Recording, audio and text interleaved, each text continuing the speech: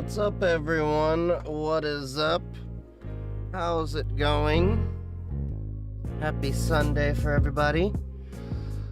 It's been a long weekend, yet it feels like the weekend should be longer. Anyone else feel that way? But yeah, so hope everyone's been having a great weekend. I've been tinkering quite a bit with a few different things. I finally, I was spending most of my day actually today editing a video. That took way longer than I thought it would for a close to 20-minute video. There was just a lot of things, and then there was a couple of pieces of information that changed in the middle of me getting that video made, so I had to then jump in with re-recording a couple pieces so I could, you know, like, it was about, like, how AI is a bubble, and, with ChatGPT, I was like, I've always, what was it, what's the word? I was always, guessing ChatGPT was going to add ads. Well, of course, between the time I recorded the video and when I was editing the video, ChatGPT did announce ads. Hello, Taxman. Yeah, if you're a business, your taxes are due end of the month. It's that first time. Not for, you know, individuals, but if you run any kind of a business, you have to get your tax information out there by the 31st. That's, you know, all the businesses that are doing 1099s, W-2s, all of that. Are you offensive or defensive in cybersecurity? Primarily defensive these days. I do want to get more into the offensive in security side of things, but I've done offensive in the physical side of things. I'll have to figure out that calculator thing again. Oh yeah. Yeah, taxes are a headache. My advice would be try to figure that out sooner rather than later in your life, because it will be a headache. Now, I know a lot of people are like, just go to a tax guy. The problem is, this is how dumb taxes are in America. You can take your taxes. I'm not joking about this. You can take your taxes to 5 different people and get 5 different answers about what your taxes are supposed to be. Because in America, the tax preparation firms, they lobby to keep our taxes complex. Hell, TurboTax, Intuit, was the one that was lobbying to stop the IRS from having a free tool. And not that I'm a fan of Donald Trump or anything, but a broken clock is right twice a day. What was it? In his first term, he was talking about, we're going to make taxes basically just, you know, a simple card for you to do your taxes. When that was announced, all of the tax preparation firms' stocks tanked. That should tell you something. Why can't taxes be as simple as, let me put it this way. When we go to do our taxes, I know this for a fact because I just had to do it for one of my freelancers that does all my clipping. I had to file a 1099 for them. And I know for a fact the IRS has their information. And this is basically what it breaks down if you've never really understood American taxes and you've not been an American. Hey, you owe your taxes. Cool, IRS. How much do we owe? Oh, we're not telling you. But if you get it wrong, we're going to come penalize you for it and maybe even throw you in jail if you do it wrong enough. For long enough. Wrong enough and long enough. That's how janky it is. Meanwhile, we're letting a lot of the richest people skate by, not having to pay the taxes that they should be, because in their own words, in the IRS, we don't have the resources to properly audit the wealthy. I'm not saying eat the rich or anything like that. I'm just saying pay your fair share. But yeah, that is basically how taxes are. LLCs are a little bit different. Then you have C Corp and S Corp. Federal income tax, I owe nothing. The state, I owe 5% or whatever it is because the flat tax rate. Yeah, I looked into your state. You have 5% flat tax, and then 9% if you make more than $1 million, which you're no way above that. Chief, nibble the rich. Funny. But yeah, I was stressing out because last year was technically the first year in doing my content creation. I technically think I had a positive income. Not much. Technically, with all the hardware and everything, it was still like, I think less than $100. I have to do my entire P&L. Well, I had to get all of my bank statements. Now, the problem is, I'm not manually entering all that. That's a lot of information. So what I actually did was I used my local LLM to help me create a Python script. It had to do little snippets here and there.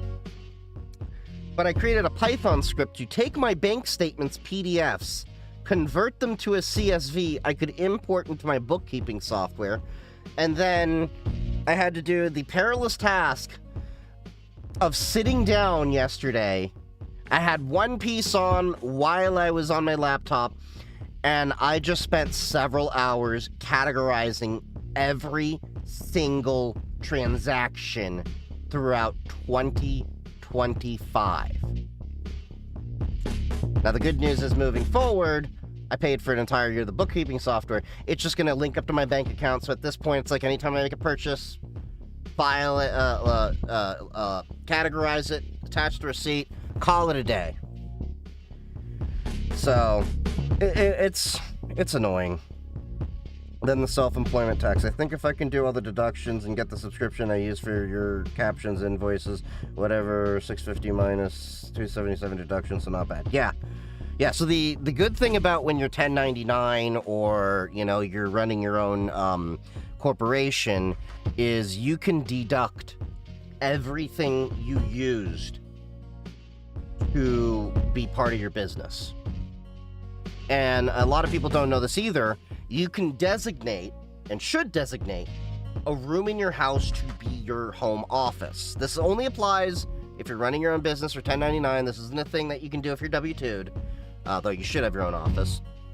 And anything in that office, that's this entire space, even beyond. That's the reason why I have a beaded curtain instead of an actual door, so there's no dispute about the space. There are limitations about the space size and all that. Is tax deduction. So when I got the mini fridge, the ice maker, the coffee maker, the ham radio, all the stuff here, everything in this room, down to the water cooler, I can deduct. That's also why I'm gonna have another couch down here, because the couch is going bad. I've had that since I've had that for a decade. My dog has ruined it. He's treated it as badly as JD Vance has his couches.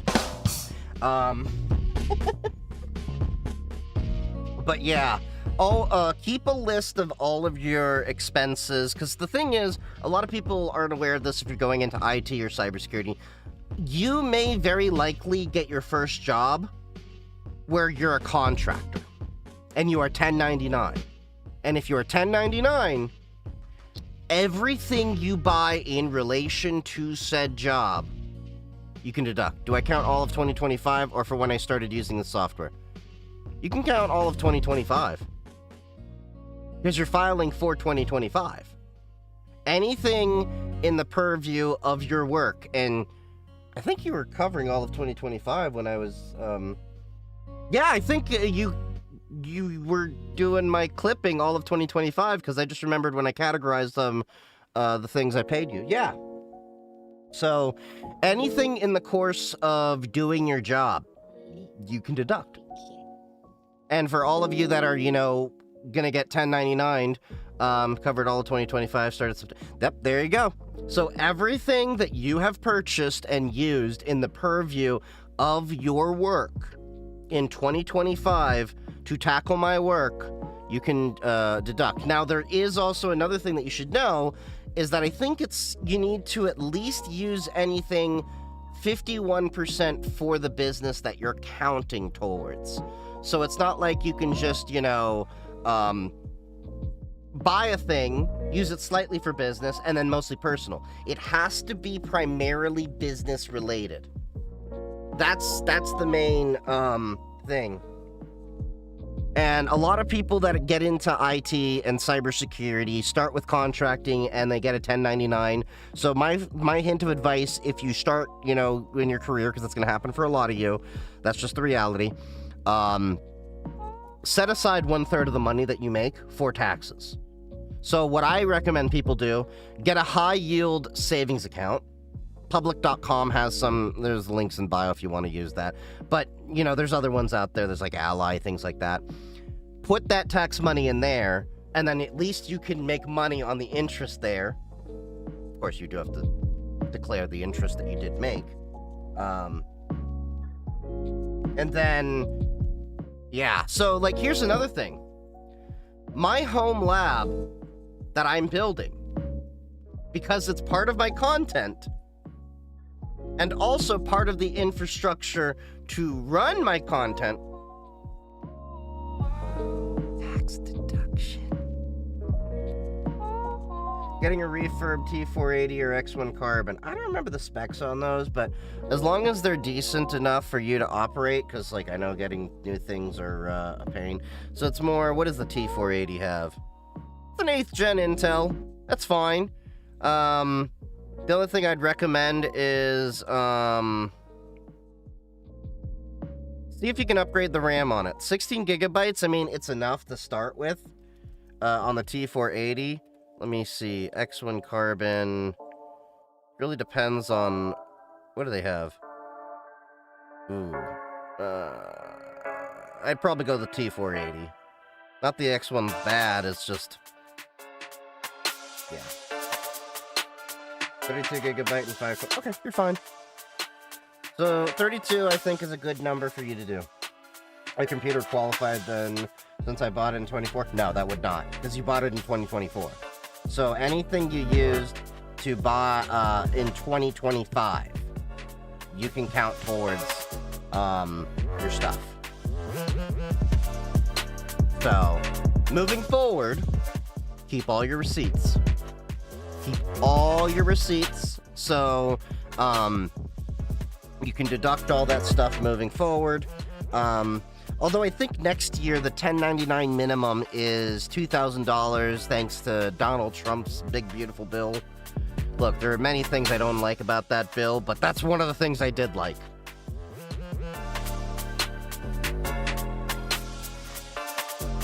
And remember, anything that you do deduct has to be, at least 51% business use.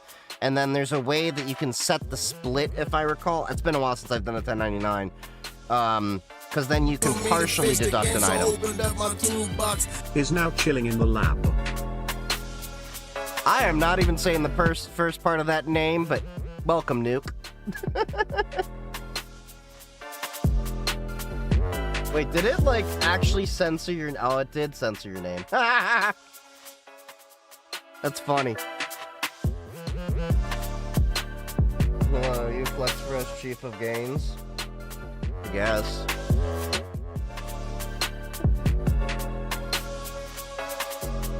Yeah, I've been going to the gym, so it's weird because my shirts are now getting too tight for me, and these are larges. But they're mostly getting tight up here. I'm starting to get, I've never really had moobs, aka man boobs, but I have pecs. I can't show you because, in terms of service, I have a little bit of a gut though still, but so 1, 2, 3 deduction from Jan 2025, 2026, or 114 for all of 2025. I don't know what you mean by that. Can you put an MP3 player as business because you use it to listen to music as you work?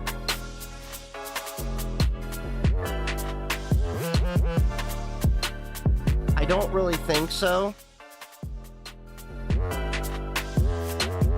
I can, because I actually bought that and made content on it. I don't think you can. I think that still qualifies as a personal expense. Now, if you happen to be using it to play music to your workspace, like say you plug it into a speaker system in your work area, as stereo. Potentially. I don't know. This is something you would have to ask a CPA. Jan 2025, Jan 2026 is 1, 2, 3, but if we aren't counting Jan. Yeah, then you'd have to do the 114 because it's everything from January 1st of 2025 through December 31st of 2025. That's your entire tax year that you're filing everything for. So whatever you do this month right now would count towards 2026's taxes. Yep. No problem there. But yeah, so come for the tech and cybersecurity advice, stay for the tax advice. There are two federal agencies I do not want to F with. That is the IRS and the FCC. So go for high plan on caption software for maximum deduction. Hey, maybe. That's more of a call for you. In fact, I'm probably gonna be kicking you into the collaboration software I have so we can share the videos and all that, and then I can get the deduction for that. What's up, Kilobyte? I'll talk to you more about that one-on-one outside of stream. Get you all set up there. I gotta set it up in the identity provider.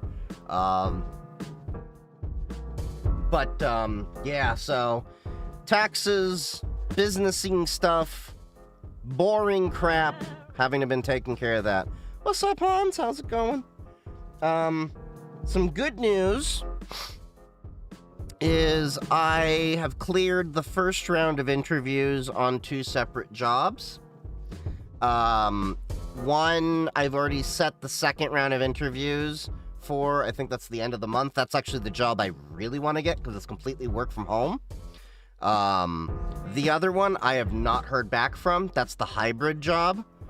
So we'll see how that goes. I'm still applying in the meantime.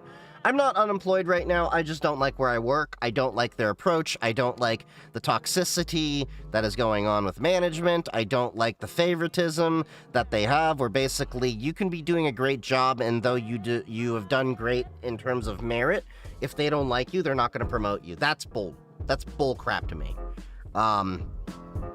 There's just no growth, no advancement. The pay rate is below the market, and the pay raises were below the rate of inflation last year. So you combine all that, and then they do mandatory return to office. I'm like, yeah. First off, fuck your bitch in the click you claim.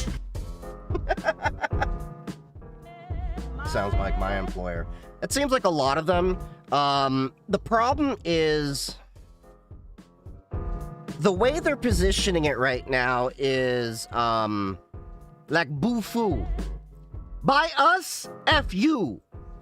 They are taking advantage of the fact that the market is not that great right now to basically take advantage of employees and basically being like, you should be grateful that you have a job, and dicking everyone over. Because remember, during COVID, we all had power collectively as workers to demand the things that we wanted and needed and should have had from the beginning. Now, employers are getting by with the bare minimum and just kind of turning around and saying, hey, should just be glad you have a job. Because now people are holding on to their dear jobs right now because it's hard to find jobs. And I will say there's 2 factors that I've at least noticed firsthand.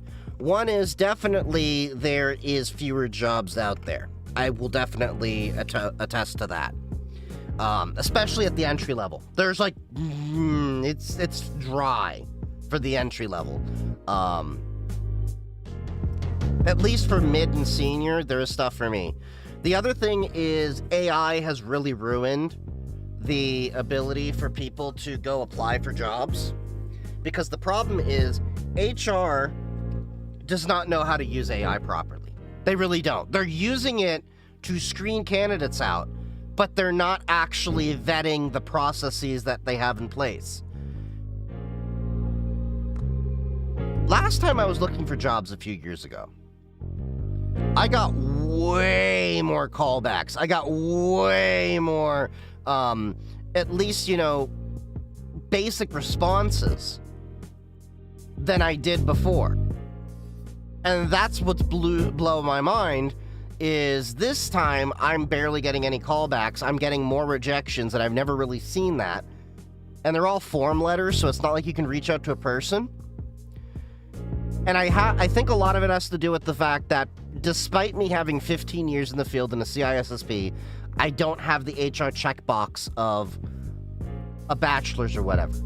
Because the job that I currently have, I basically, you know, my manager told me I was in the reject pile that HR had before, but he had the wherewithal to ask for the people that were in the rejects to see if they were better than the other candidates he saw. And sure enough, HR disqualified me, and he's like, technically on paper, you were worse than the other candidates, but you came in with a lot more, like you had a GitHub, you knew how to do a lot of stuff that the other people didn't know how to do. And to this day, it's kind of the same way, because I'm the only one on the team that does any kind of coding or scripting, besides the architect that I report to. I'm the only one that even knows how to use Git, if that says anything. The only one doing terraforming. The only one doing Python, Bash, and frequently PowerShell. Although, I would sooner, deprive myself of oxygen, shall we say. How's your Monero node? That's so cool. It's still running. I've been running it for several years. It's still there. I actually probably need to log in and do some updates on it. What do you mean? COVID, the actual medical community got burnt out, so did others. Not in cybersecurity. In cybersecurity, we were booming. Started to use Linux because of you. I hate Windows now. Keep eating my RAM. Nice. Get a billion for the internet usage. I mean, you can try. Used to have a lot of XMR. Not really. Cryptocurrency is a very minor part of my overall portfolio. I don't put any more money in cryptocurrency than I can afford to lose, and that is my general advice. I put way more money in my Roth IRA than I do cryptocurrency every paycheck. Like, with cryptocurrency, it's literally money. I would be totally fine burning on anything else. Like, if I lose it, oh well, lost a few bucks. Like, if I were a gambling person and I went to casinos, it would be that kind of money. Dump all my paycheck into index funds because I live at home. Index funds are a great place to go. I actually agree with the index funds.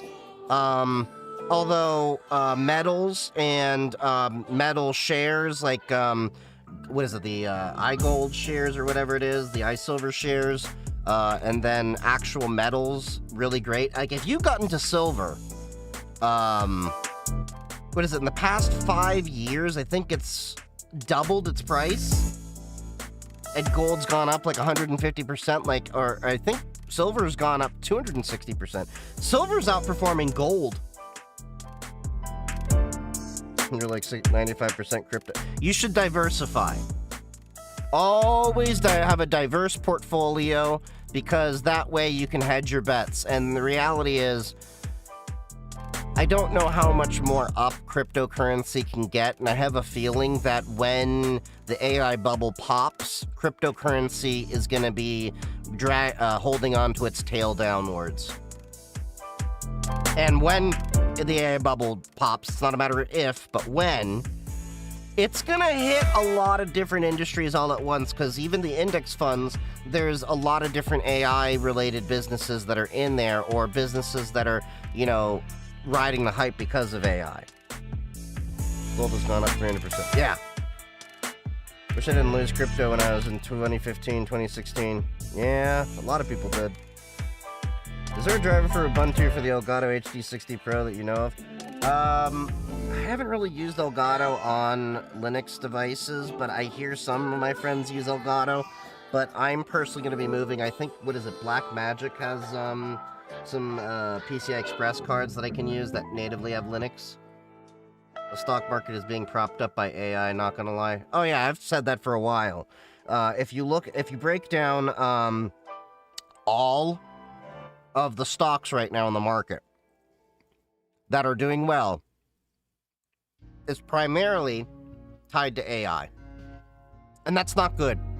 That is not good. How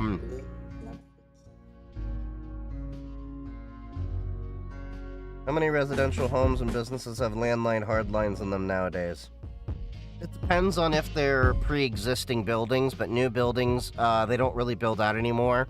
I know AT&T is getting rid of copper entirely, so they're trying to do away with POTS, plain old telephone system, which upsets me because I'd rather have an analog phone line, because they're far more reliable in an emergency. I'd rather have that, and I always have wanted to get a POTS line and then put one of those old, like, 1920s styled phone booths, not like an actual, like, phone booth, but like the little wall cubby with the address book there, and have that there with the earpiece and everything.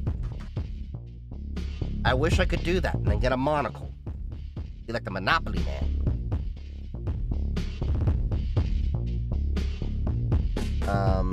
Antitrust laws are a joke.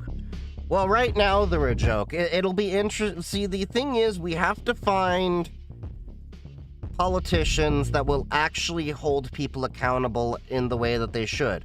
I don't trust that Donald Trump will hold companies accountable in the way that they should. It's a bit crooked in many regards. I don't care what your politics are. This is an objective thing, okay? Look at the guy's history.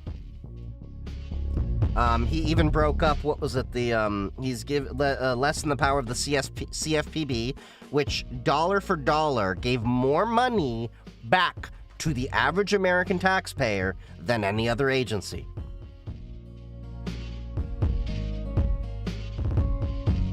OpenAI will buy up all of the companies. OpenAI is in massive amounts of debt. Like, they're running, what was it, last I checked, $104 billion deficit a year or something like that. They're, like, running out in the billions. Like, they're saying, oh, we need trillions of dollars to, you know, build the infrastructure. And I'm like, there's not enough money to be made to justify that. Like, if you look at the books and what OpenAI is trying to build out and how much they have and everything, the math ain't mathin'. It really isn't.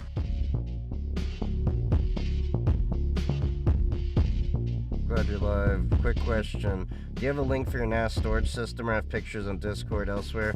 I have a link. It's just the Synology RS Ringo Sierra 422.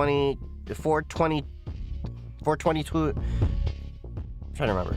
Our Ringo Sierra 422 Plus. That's the number it is. But the honest truth is, I would not really recommend Synology right now. The reason being is Synology pulled a dick move, and they're now encouraging / requiring people to use their branded hard drives. So I would be looking at QNAP or make your own TrueNAS box, in all honesty, if you're looking for a comparison. Minecraft is ID verification. Now, that's probably in relation to the UK Online Safety Act. And I said that crap like this was going to be happening, didn't I? How's the Trump business track record before he became president? Horrible.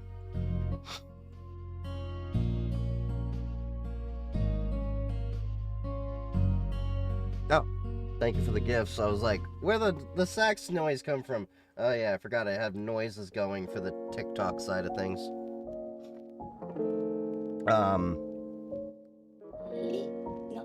I fly drones for work. I wish someone would invent a wireless air charging battery. So there was some kind of air way to recharge that, like, in a room wirelessly, but it's not effective, or what is it, efficient. I remember I saw something like that when I was at CES 2016. It was an interesting idea of technology, but The thing about when I was at CES and I learned looking at CES products every year is like you hear about some of these products that, you know, like really like stand out and everything. The reality is there's hundreds of products that don't get covered at CES every year, primarily because everyone's going to the big booths and going, ooh, shiny, and the people that have bigger marketing budgets. But a lot of the smaller booths have really amazing stuff. But a lot of the technology that I remember seeing at CES is conceptual, and it never actually makes it out to the public. It never hits the light of day. Which phone would you suggest for security? Tin cans and string. That's the most secure way to do a phone.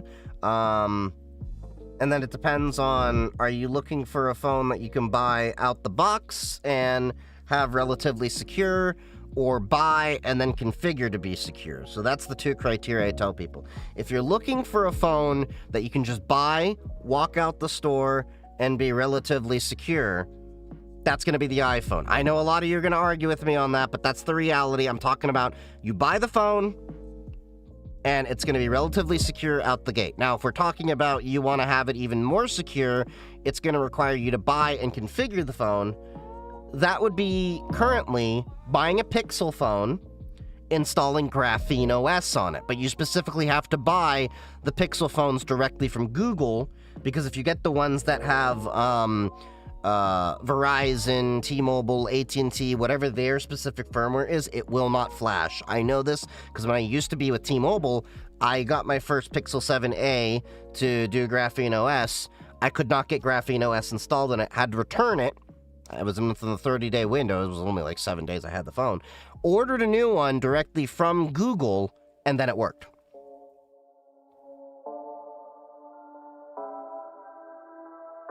Have you considered the new C1 modem made with Starlink on new iPhones? I don't really care about phones beyond the fact that it's a phone. That's the honest truth.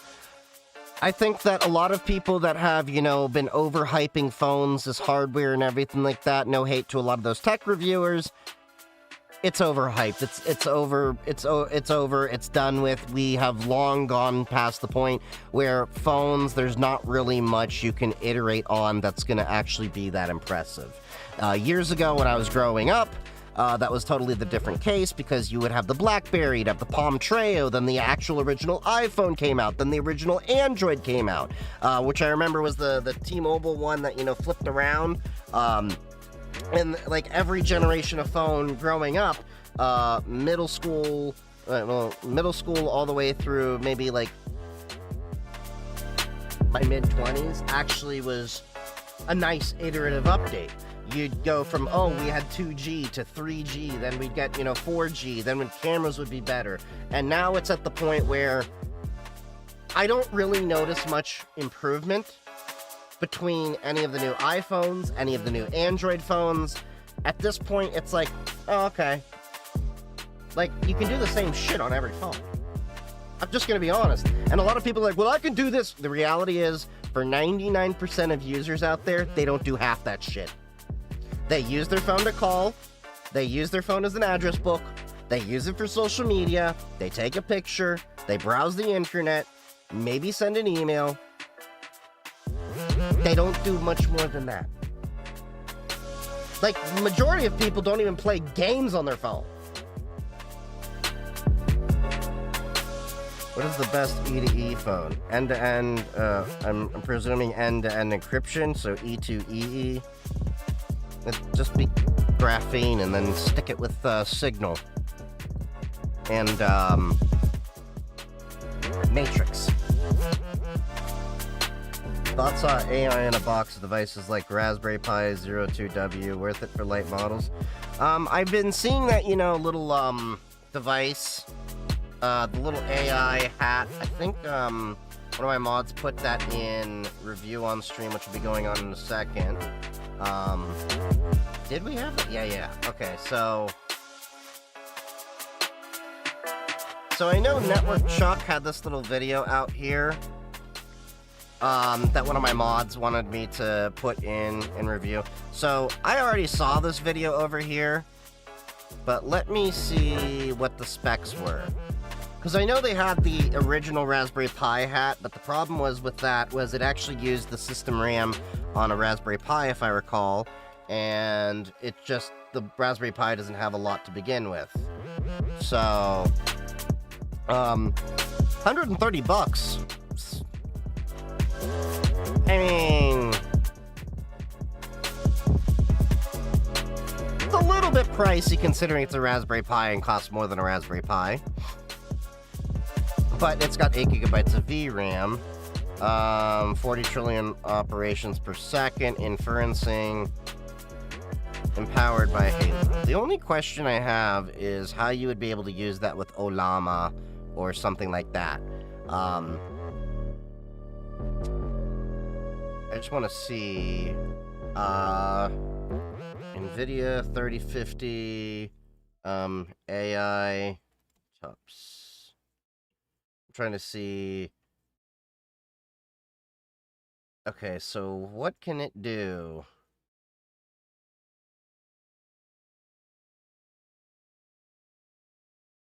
Hold on, I'm just trying to see. That can't be right.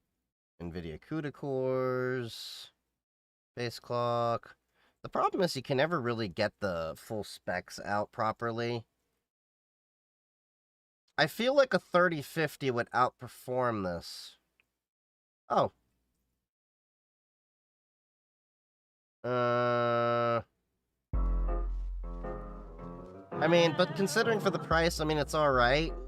The only problem that I have with the Raspberry Pi system over here, and this is not a fault of Raspberry Pi, but a lot of the features that I've been seeing are still CUDA optimized. That's starting to change where they're starting to get AMD and other stuff, but I mean, if you're doing a little bit of tinkering, it can't hurt.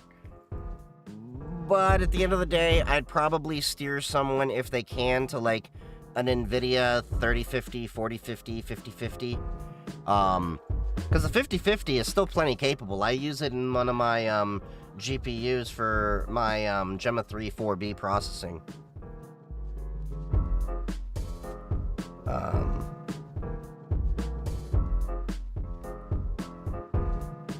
Trying to catch up with the chat. Most people don't even play games on the phones. Really? True. I mean, most people don't.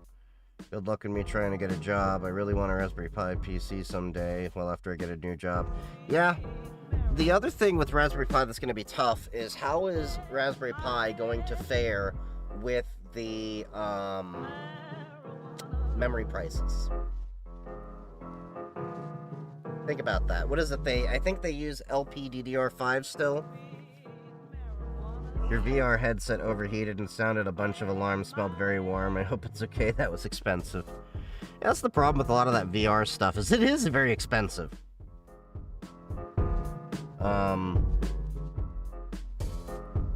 Shows you how much short. Okay. It's like when people started using DSLR cams for video and they had tons of accessories to make camcorder.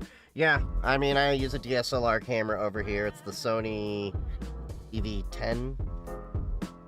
Whatever the hell it is. It's Sony. You did the math.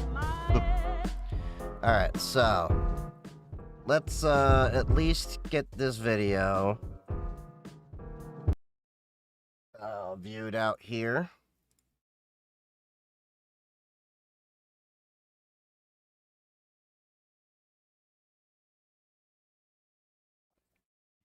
Okay.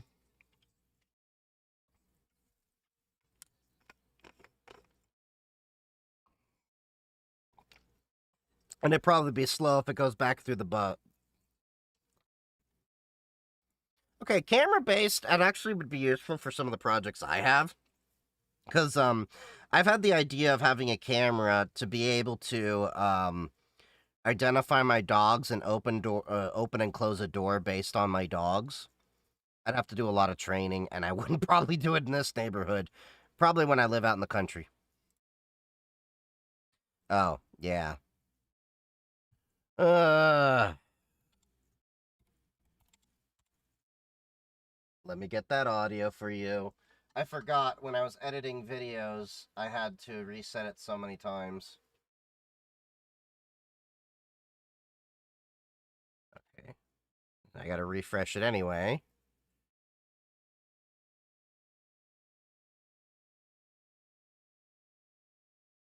Okay, it's not that. It's probably NVIDIA being derpy again. I always forget which port it is. Front, left. Front, left. Yeah, for some reason there's a power saving thing I noticed where I have to like directly send the audio out NVIDIA to wake it up, and then it works. How'd you get your stream token for OBS? Well, I'm just, freaking amazing. That's why. No, I have, I got it several years ago. You can hook up with a live agency, and then they just get the key on your behalf, and then you're good from there. But nowadays, I actually have a, actual person at TikTok. So. Samsung DeX S24 versus Pi 5, who would win? That's kind of an apples and oranges argument there. You're psyched you got a new machine with an RTX 3090 Ti, Ryzen 3900, 16 gigabytes DDR4. That's not bad for $200. What I would probably do, because you have an AM4 motherboard, get a 5th generation CPU. So upgrade from that 3900 to the 5000 series. Like, I have a 5950X. You don't have to go that high if you don't want to, but something in the 5000 series. It's a drop-in replacement. Make sure you repaste the heatsink on there, because it's probably been sitting for a while. And I know it's not a great thing to do during this pricing right now, but I would probably bump that to 32 gigabytes of RAM.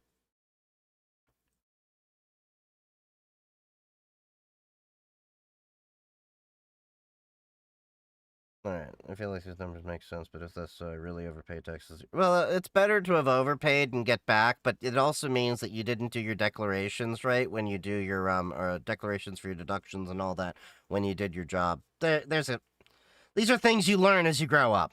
Okay. This today. The Raspberry Pi AI Hat Plus 2. Bit of a mouthful, but let me show you why this thing is awesome. Because this is the original Raspberry Pi AI Hat Plus. And if you didn't know, this thing kinda sucks. Sorry, Raspberry Pi. First, it has 0 RAM, which means it literally has to steal RAM from the Raspberry Pi to even work. And you can really only use this with camera-based AI, like object detection or image recognition. That's so 2020. So, I actually would like camera recognition on a Raspberry Pi. I feel like there's still a lot of useful things that you can do with that. Like, I had the idea, like I was talking about before, I realized the audio was bad, that I could, I would like to, when I live a little bit more out in the country, make a dog door that could open and close, but only for my dogs. Of course, I would probably have to train it on hundreds of pictures of both of my dogs.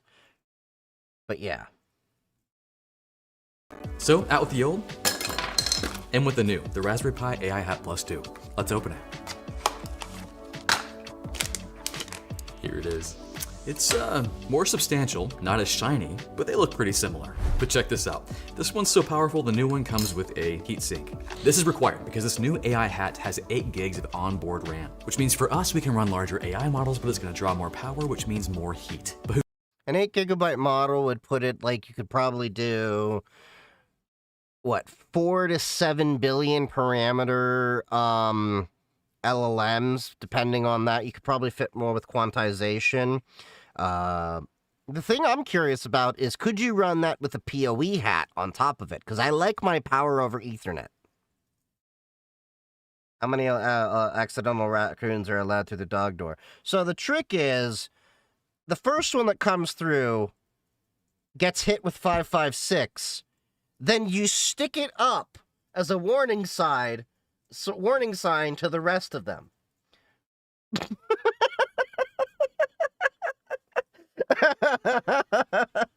Is that effed up?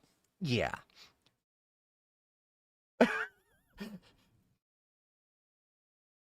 I got told to do additional withholding. Everything is the standard stuff, and I even did it with the HR lady. Yeah. I did additional for like the first few months just to make sure I had extra, but yeah.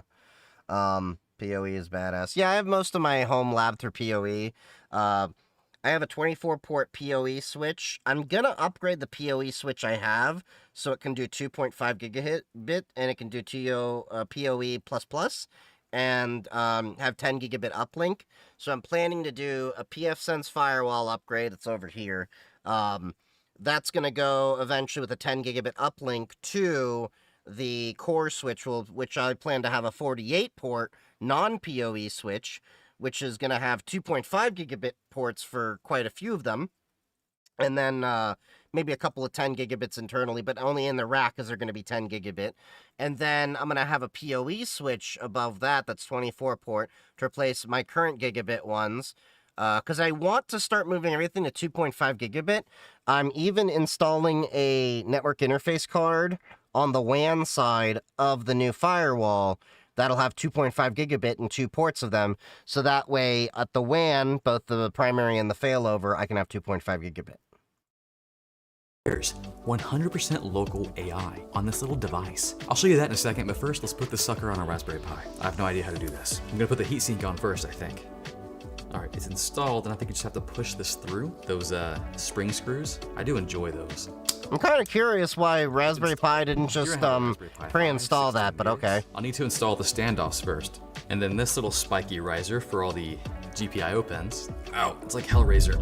That's not a pleasant experience. And then finally, the hat itself. Trying to line up these pins. Oh, actually that was nice. I like that. And let's install the screws. All right, he has his hat on, and from here, the setup is pretty straightforward. We'll flash a fresh Raspberry Pi OS image and install Halo software for the AI Hat Plus 2. We'll then install Docker, start the Halo AI service, and now the Pi sees this as... Okay, so it's Halo Olama, so you can do... So they have their own Olama that you could then do inference through. Okay, that makes sense. Then you could probably do something like Gemma 3 4B, to give you an idea of like Gemma 3 4B, heard the AI chip hat is not that great. Well, that's the new one that just got released.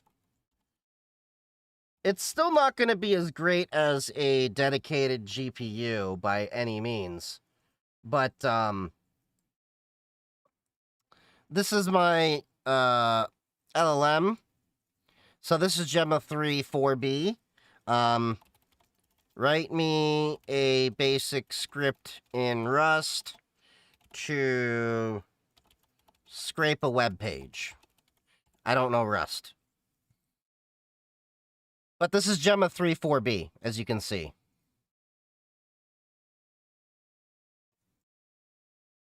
That's running locally on my NVIDIA 3050. Look, it's still going. It's still going. But there you go. There's a basic script to scrape a web page using Rust. Now, if you want to do the same thing, we'll do Gemma 312B. Now, this is going to run on the NVIDIA 5060 Ti in the server there. I have 2 GPUs in this LLM box for those of you unaware. So the 3050 is programmed to only use the one model, and then I have 12B for the other. Write a Python script to scrape a web page. And this is 12B. I'm going to be adding some more LLMs eventually. Like, I'm probably going to add Code Llama specifically for this. I was thinking about adding Phi. I got to play around with a few of them, because I still need to build my LLM server, but I got so many projects to do. Because I want to build an LLM server to act as a moderation server for quite a few of my live streams, as well as my Discord and Matrix servers. By my calculations, it should be able to process several hundred messages per minute on one 3070. That's my spare 3070. Or it's better to just upgrade the Pi 5 to the more RAM model versus getting the hat.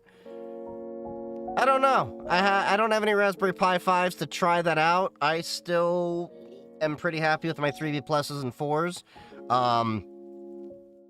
But yeah, speaking of projects that I'm planning to do, so I am planning on upgrading the stream.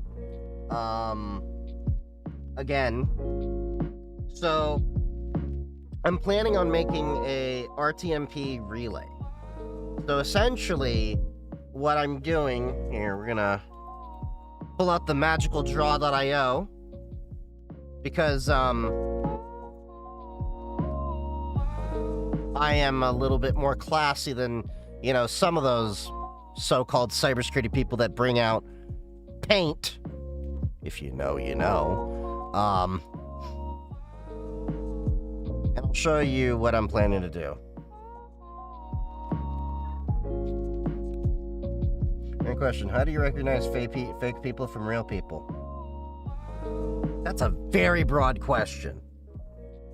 Do you mean fake as in they're just, you know, fronting in real life? Or you mean online? Or it's really... It's one of those things where you just... By now, for me, it's gut feeling and just little behaviors you can pick up on, but... Yeah. Definitely compare what you've got locally against flagship models like Opus 4.5, GPT 5.2, Gemini. Well, there's nothing that I will be able to get that completely gets on par with those yet. Problem is, the Ramageddon crisis right now is really going to be killing my ability to upgrade because I really need to get a GPU with at least 24 gigabytes of RAM and NVIDIA, or preferably 32 gigabytes, so that way I could do at least Code Llama 70B. Once I get to 32 gigabytes of RAM, that's when we're really starting to cook. What do you think about Linus vibe coding? I don't think vibe coding is necessarily a bad thing as long as you're vibe checking, like I've said multiple times, and I'll have an entire video discussing that. Because, for better or worse, I do vibe coding, but I do vibe checking. Now, what does that mean?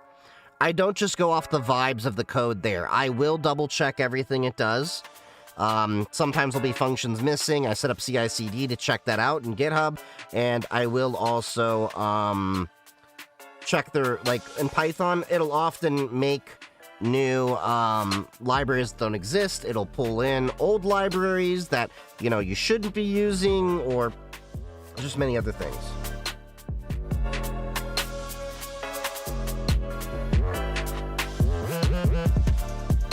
But the difference is, like, Linus actually knows what he's doing. I mean, the guy wrote the code originally himself. But anyway, so this is what I'm planning to do in my little RTMP little restreamer over here. So we're gonna have a little computer over here. We'll just take an IBM AS400. That's fine. So that is going to be Streambox. So currently, I'll make two of these so you can see side by side. So currently, when I'm streaming,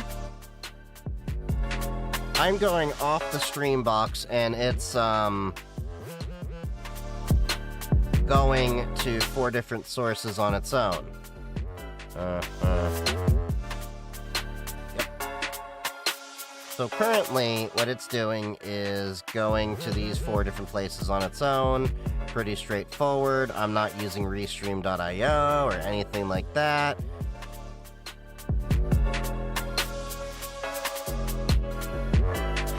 This will make sense in a second. So, you've got TikTok, you've got Kick,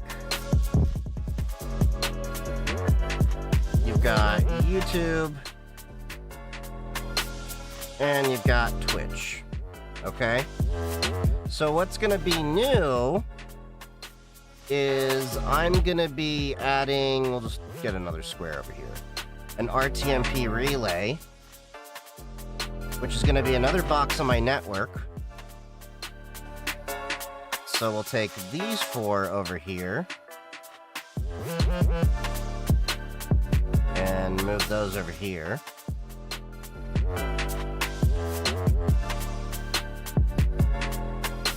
Okay, so from the stream box, going to go directly there.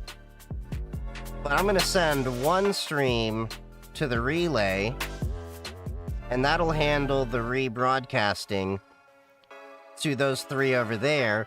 So I no longer have to fiddle with different, settings between the three there. Also easing the encoding strength off of the 50/50 on this box over here. So eventually, when I get my logging server finished, I will be decomming this logging server over here, and this will become the relay. Because this is a Purism Librem 4, Librem Mini with Core i7, 32 gigs of RAM, and a 2 terabyte NVMe. Still overkill for that, but it'll be something. Turn down the music. Yes. For some reason it keeps, that should be better once the music comes back. There should be, what do you call it? Compressor kicking in. But yeah, so I'll have an RTMP relay doing this. Essentially, what Restream.io is doing is exactly this. Now, I'm looking at a couple of projects. Give me a second. I had the notes on my phone for what it is. Bear with me. Because I can't remember the names off the top of my head.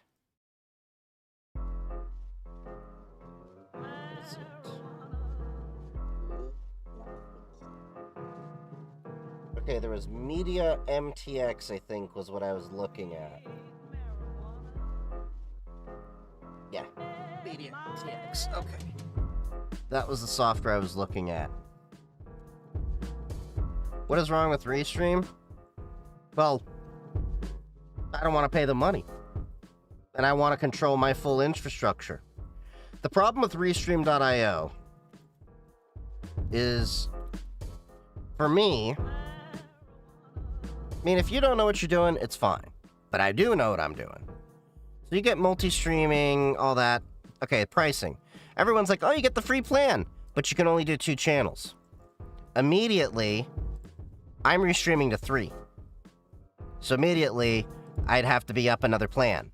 I also don't want a watermark. The other thing is that, if I recall, on the free plan, unless they've changed this, you only get 720p. So I'd have to be $16 a month to pay them just to get 3 channels and no watermark. I also don't like the AI clipping thing. I'd rather have my clipper go through and do them because then I have a human. Encrypted RTMP, blah, blah, blah, blah, yada, yada, yada. Okay, so they did up the video quality to 4K and 2160p. It used to be that you only got 720p on the free plan.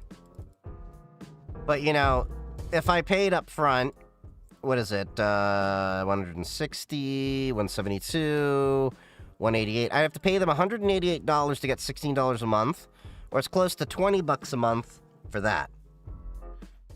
Clipper sounds like a slur. So let's do the math here. $20 a month.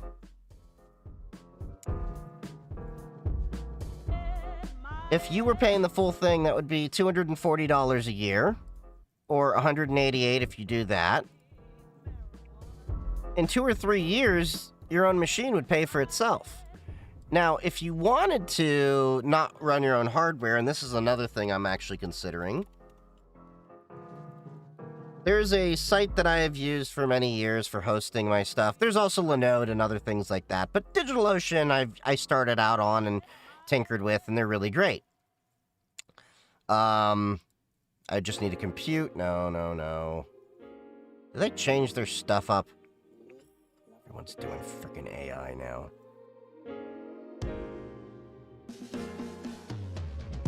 I don't need any of that stuff. You changed it essentially to be more like AWS. Okay, so I'd have to terraform that in. No biggie. Yeah, they really changed their stuff up. Oh, so they still have these. Okay, so regular CPU. Trying to see which option would I go with. I mean, that'd be the same amount, but I could probably even get away with a 512 or a 1 gigabyte droplet over here. Have that in the cloud, send it out, call it a day. Even if I were paying for a subscription service, I would still much rather pay them however much money to build my own restreamer than the other thing that you have to consider if you're using these software as a service platforms. You're at their mercy. You are at their mercy that if something goes wrong, you have no recourse. If their system goes down, if whatever happens, they change something on the platform, they up the price, you can't do anything. So I'd rather host my own stuff wherever possible, where it makes sense, but there's things like email and all that I would never do. Again. So. But yeah, RTMP relay. Oh yeah, so what was it I was gonna show you all before I got sidetracked? Media MTX. Okay, Media MTX.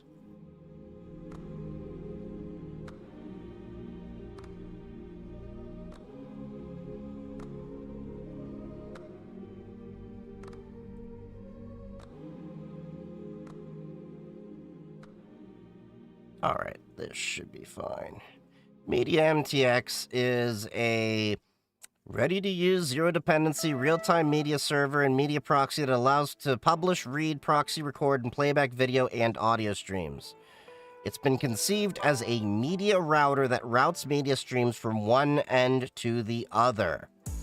So the original goal is going to be, the initial goal is going to be that I am going to send this over to Relay, over to all the services that I need. Eventually, I want to add transcoding, which I think this has the ability to do. But what was also important was metrics and monitoring performance. So you can actually use Prometheus, which I've talked a little bit about, that I'm planning to roll in my lab anyway, so that way I can monitor everything in a Grafana dashboard. And Grafana is the dashboards that I use to monitor my entire home network. So when something's going wrong, I don't log into 50 million places. I log into my dashboard, and then I look at all the metrics, and then I'm like, that's the issue. That's the issue. That's the issue. So I'm looking at this project over here. I probably should start so I remember it. But yeah. That is what I'm looking at doing. That'll be probably in a month or two. I first need to finish up some of the basic network upgrades, the firewall replacement, and then, yeah. Alright, so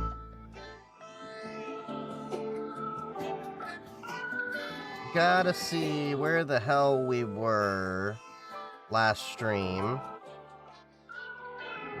Okay, floppy. Okay, what the hell, Vampire, did you put on? Are you really putting some kind of furry video? That's a VTuber. But still, like, what the hell, that thumbnail. Okay.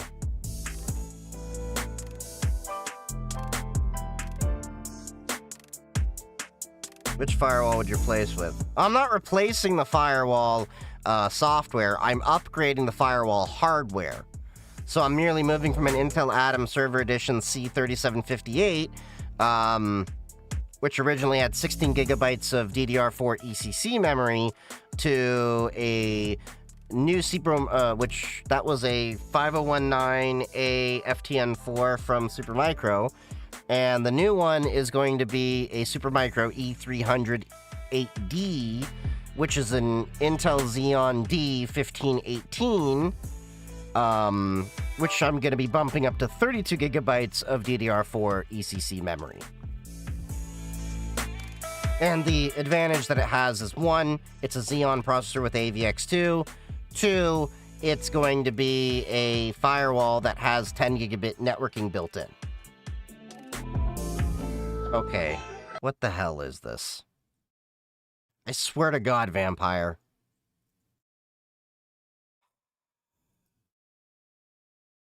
I'm really worried about what you sent me, Vampire. What the hell are you gonna have me watch? I know you have your affinity for puppy girls. That ain't my thing. I ain't judging. Although I kind of am just for you specifically, because you're my mod and I can F with you. Some jobs that have a lot of security, if you think about it. We're always going to need more electricians, and we're always going to need more plumbers because toilets break all the time. Trade. Okay, I totally agree with that. Former electrician here. That was always been my thinking. If whatever I plan to do happens to go tits up, people are always going to need electrical. Schools are looking pretty sexy right about now. Just saying. They've always been out there. Maybe stop going to universities. Go to trade school. I hate college. Carry on. Oh, I've been saying that for years. Amazing is now chilling in the lab. Thank you for the follow. I've been saying this for years. I've been telling a lot of people there's nothing wrong with wanting to get into IT and cybersecurity, but you don't necessarily need to go to college. In fact, I'm kind of getting of the opinion that maybe you should do college after you've been in IT for a little while. I know it sounds weird. I would definitely, I've been telling people for years, look at pipe fitting, look at welding, plumbing, electrician. There's a lot of skilled trades out there that pay mucho dinero. And you don't have to pay nearly as much as you do for college. To give you an idea, to start my apprenticeship, I went to community college. I paid, I think, close to $9,000 altogether to go through all the electrician courses. It's not a lot of money. A lot of times you can actually just go onto a job site and be apprenticed right out the gate. You don't even have to go to college. And because of my years in electrician, I then got into knowing low voltage, pulling the cables, doing a lot of that. And what convinced me to go back into IT and cyber was I didn't like ladder work. I still don't like ladder work. Not a fan of heights. Do you think going into the Marine for cybersecurity is better than going to college?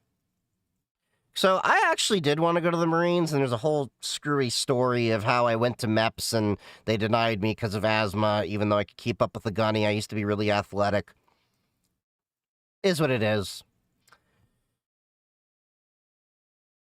Some people say it's good, but the honest truth is if you're really looking at getting into technology in the military, the Air Force is where it's at. I'm just being dead honest with you.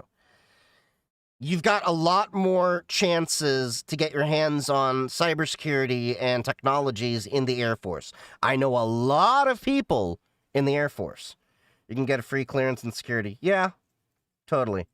I missed one. Oh, just watch your videos on Meshtastic, Laura. Where would you recommend I purchase one at? Rockland. So there's a website. ROKLAND. Ringo, Oscar, Kilo, Lima, Alpha, Nancy, November, Delta. So that's Rockland. Ringo, Oscar, Kilo, Lima, Alpha, November, Delta. Why is my brain like having such a fart on the native phonetic alphabet? But Rockland is a really great place for a lot of that stuff. Amazon has some great Meshtastic devices, too. Don't get me wrong. You can find a lot of the DIY stuff if you know what you're looking for. Like I have the, where is it? Somewhere around here. I have the card. Ah, here it is. This is a pretty rugged one, but it doesn't go as far range as my LilyGo. What's the LilyGo one I have? Looks kind of like a BlackBerry. But yeah. Ringo. Yeah, Romeo. God, my brain is having a fart today. Thinking about joining the Navy for cybersecurity. I mean, the Navy has some stuff, but the most of the recognition and accolades for technology in cybersecurity is in the Air Force. A lot of my family was Air Force. I'm just gonna level with you. They're cracking down on furries there, BTW. Furries where? In the military? Why not Space Force? Do you want to be a meme? They used to teach those trades, woodshop, auto, etc. in the schools when I was growing up. Yeah. Don't know why they don't do that. It's also cheaper for a company to hire you if you have security clearances that they don't have to pay. Yeah, but the problem is they really need to ease up on what's required to get that.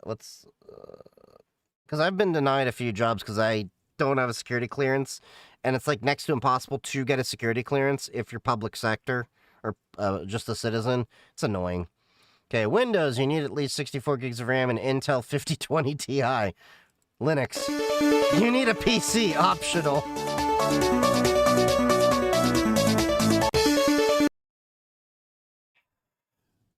Hey, Vampire.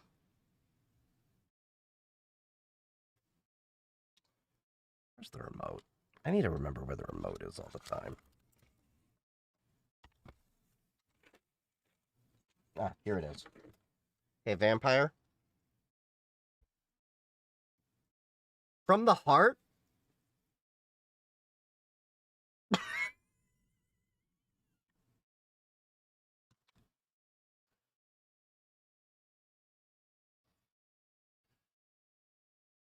Okay. What is this? What the hell were you on, Vampire, to put all these videos in my watch on stream section? I question your sanity. I question your mental state. Tito word of the day. What is this?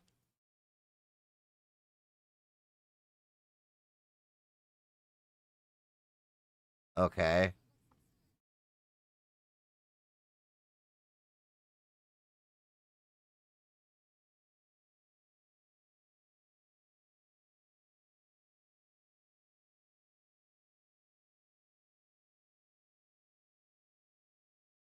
Oh yeah, so I have to put this on. Sorry, I was on Word of the day. Mystery. This weird ass box just showed up in my room. Let's see what's inside. What? I have to question your mental state. I have to question your sanity. I have to question what substances you were ingesting. To one, not only, like, watch this stuff, but two, have it come in to your feed. And furthermore, you have infected my feed with this crap.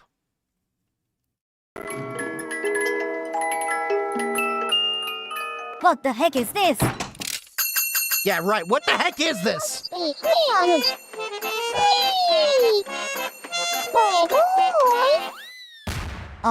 Okay then. What else is in here?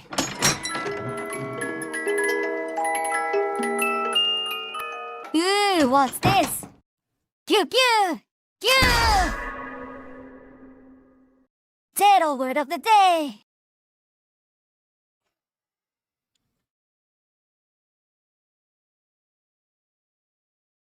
I think I lost like 30 IQ points watching that video.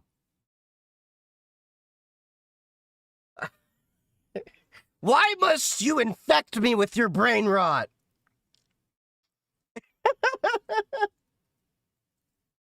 Oh. Wasn't too bad. Yeah, that was a bizarre video. Okay, so what's this? Helldivers 2. Avatar and Helldivers. Okay, are we talking about Avatar, the alien Avatar, or Avatar, the Last Airbender Avatar? Jake, isn't life on Pandora great? It Okay, so it's Avatar, the blue people. Got it. sure is, Nateri. Totally worth betraying my entire species. Oh, look, Jake, a shooting star! Is it getting bigger? Nateri! Good morning, malevolent Kree! What have you done? Holy shit, you speak super English? Wow, that's a normal departure from getting growled at. My wife! Huh? You married a blue puddle? No, you ass! Don't care. I liberate this planet in the name of Super Earth. We're calling it Super Earth now? Oh wow, you've actually heard of us. I'm actually from Earth. What's this about it being super? Pardon the fuck out of me, you're blue! It's complicated. I switched bodies and helped the aliens fight the last humans off this planet. You kicked humanity off this planet?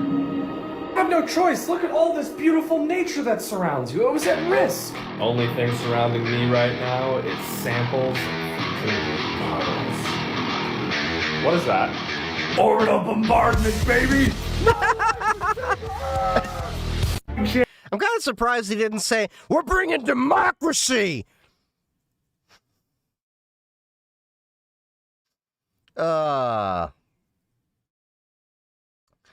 Okay, so into science videos, Hans has a video here.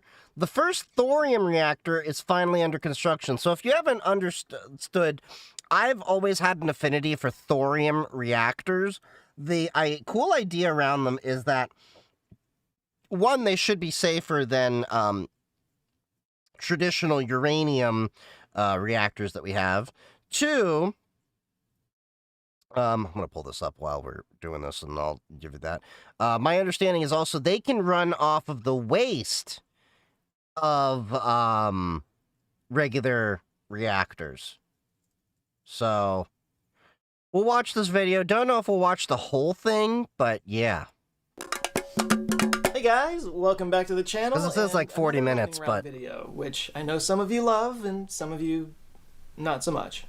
So I've been getting a lot of comments that were saying that that like all my videos are lightning round videos now, and that's Where's not the true. Thor reactor being I'm built? not doing Thorium. any more lightning round videos than I used to. I do one lightning round video a month, but I have cut down on other videos. There's a lot of stuff going on outside of YouTube that I will eventually be announcing. It's going to be really exciting.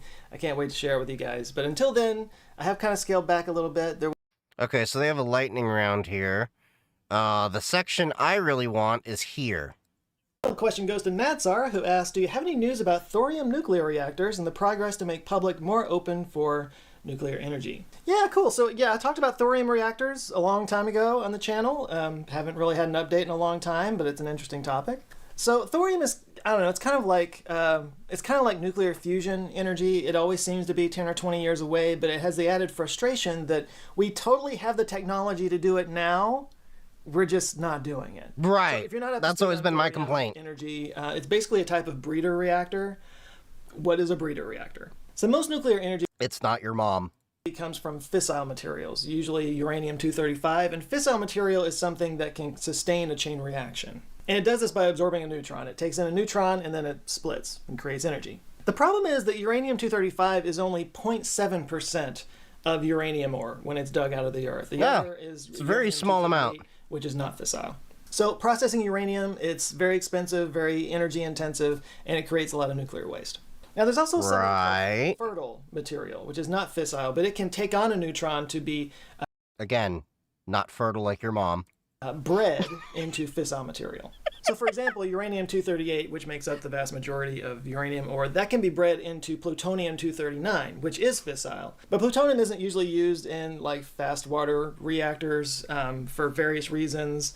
It is used in DeLoreans to go 88 miles an hour and then send you back or forwards in time. One of them being that the nuclear waste that it creates when it's done is radioactive for like ever.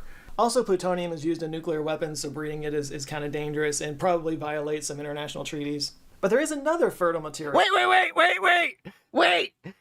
He just said he did! did! Kind of dangerous and probably violates some international treaties. Wait, let me see if I can get that, like, perfectly. He, like, splash screened us with Dr. Brown from, Reading it is kind of dangerous and probably violates some international treaties. I knew it! I knew it! Doc Brown! And you can see, this is from Back to the Future. I love that we had the same mindset of the joke of plutonium. 1.21 gigawatts! But there is another fertile material that can be used in this way, and that's thorium. Specifically thorium-232, which can take on a neutron to become protactinium-233, which then decays down into uranium-233. And uranium-233 is fissile. And something that's great about thorium is there's like way more of it than uranium out there. There's like 3 or 4 times more thorium in the world than uranium. And thorium-232 isn't some small fraction of thorium ore. It is 100% of the thorium that's out there is breedable and usable. So yeah, a thorium breeder reactor is something that takes thorium, exposes it to something that's radioactive, blasts it, turns it into uranium-233, and then it uses that as fuel to create energy. I'm leaving a lot out, of course, but that's the main thing about thorium that people get so excited about. It's very abundant, it's a lot more efficient, and it doesn't create... What is Back to the Future? Is it some movie about a DeLorean? I forget how young some of you are in my stream. Back to the Future is one of the ultimate sci-fi movies with one of my favorite actors, Michael J. Fox, as well as, crap.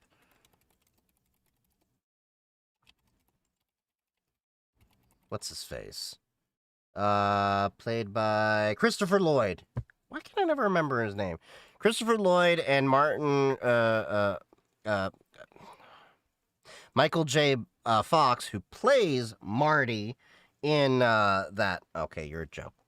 A joke. Okay. F you. Bad nuclear From the waste heart. when it's done.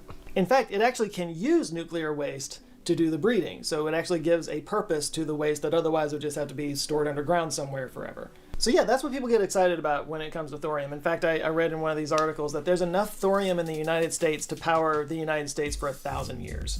Now, there are... Right. This would actually solve a lot of our energy crisis. The other thing that is interesting to know about this is the reason why thorium reactors, more or less, were never really built, and it was just kind of ignored, was my understanding was there was a lobbying thing that went on with Richard Nixon, and somehow he was convinced that uranium is the better path to go. Because we've known about thorium for a long time. Like, if you've actually watched my streams whenever we've talked about thorium or TikTok and other things like that, I've always been a fan of thorium ever since I learned about it. Like, I don't know if we'll get to the point that we have thorium-powered cars, but I would love to see thorium plants around the United States. Like, you heard what he said. We have enough thorium to power the United States for 1,000 years, and this is far more environmentally friendly than, say, coal or a lot of other solutions. Nuclear energy gets a bad rap because of 3 Mile Island, Fukushima, and Chernobyl especially. But the reality is, nuclear energy is really safe as long as the control systems are in place. And a lot of nuclear energy is actually recyclable. A lot of people don't know this, but the U.S. is one of the only countries running nuclear energy that doesn't recycle their materials. I forget what the amount that can be recycled is, but France recycles a lot of their stuff. And even when you look at the amount of nuclear waste that is actually produced, it is a very small amount that we have actually used in the entirety of the U.S. history. It's really fascinating. Not in my backyard. Yeah, and that's the problem, is you have a lot of people there. Now, I will say this. I wouldn't like those near my house, not for safety reasons, but for aesthetic reasons. That's just steam coming out. I'm not really so disturbed by the fact that, oh, there's, a thorium plant or a nuclear reactor. My concern would be more so of it's an eyesore. That's the only reason. And that's the same reason I believe about windmills. And if I were to be near too much solar farms and stuff like that, it's more of the aesthetic issue of I don't want to be near it. it's a lot safer, but when things go wrong, they really go wrong. But a lot of things have to be messed up to go wrong. There's a lot of safeties in modern nuclear plants than there is, but my understanding is that thorium reactors are quite a bit safer. Reasons why thorium has never quite taken off. One of them is just that these reactors are super expensive to build, and there's still a lot of development that needs to be done. So somebody has to front the money for that, and that's always hard to come by. And there have been a number of thorium reactors that have been built over the years, experimental and demonstration projects and whatnot. But one that's never been done before is a thorium molten salt reactor. And these are considered a lot more efficient, a lot more safe, because instead of using water to cool down the rods, the uranium rods, it actually puts this in a liquid solution of molten salt, which can be kept at around 600 or 700 degrees Celsius. And there's what they call a freeze plug at the bottom of it. So there's no way that it can melt down. If things go wrong, it just kind of pours out the bottom and it just cools off. So this is something that's never been done, but interesting. In the last month or so your timing is good, China did announce that they're working on a thorium molten salt reactor. So some details from this IEEE. Once again, China is leapfrogging American innovation, and as I've said for many years, America cutting China off from the USA has really hurt the USA, more so because China's been in competition with the USA, but the USA hasn't been in competition with China, and competition brings out the best of all of us.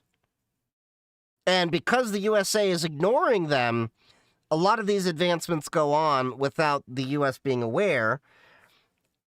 Like, the USA is really screwing themselves a lot more. Yeah.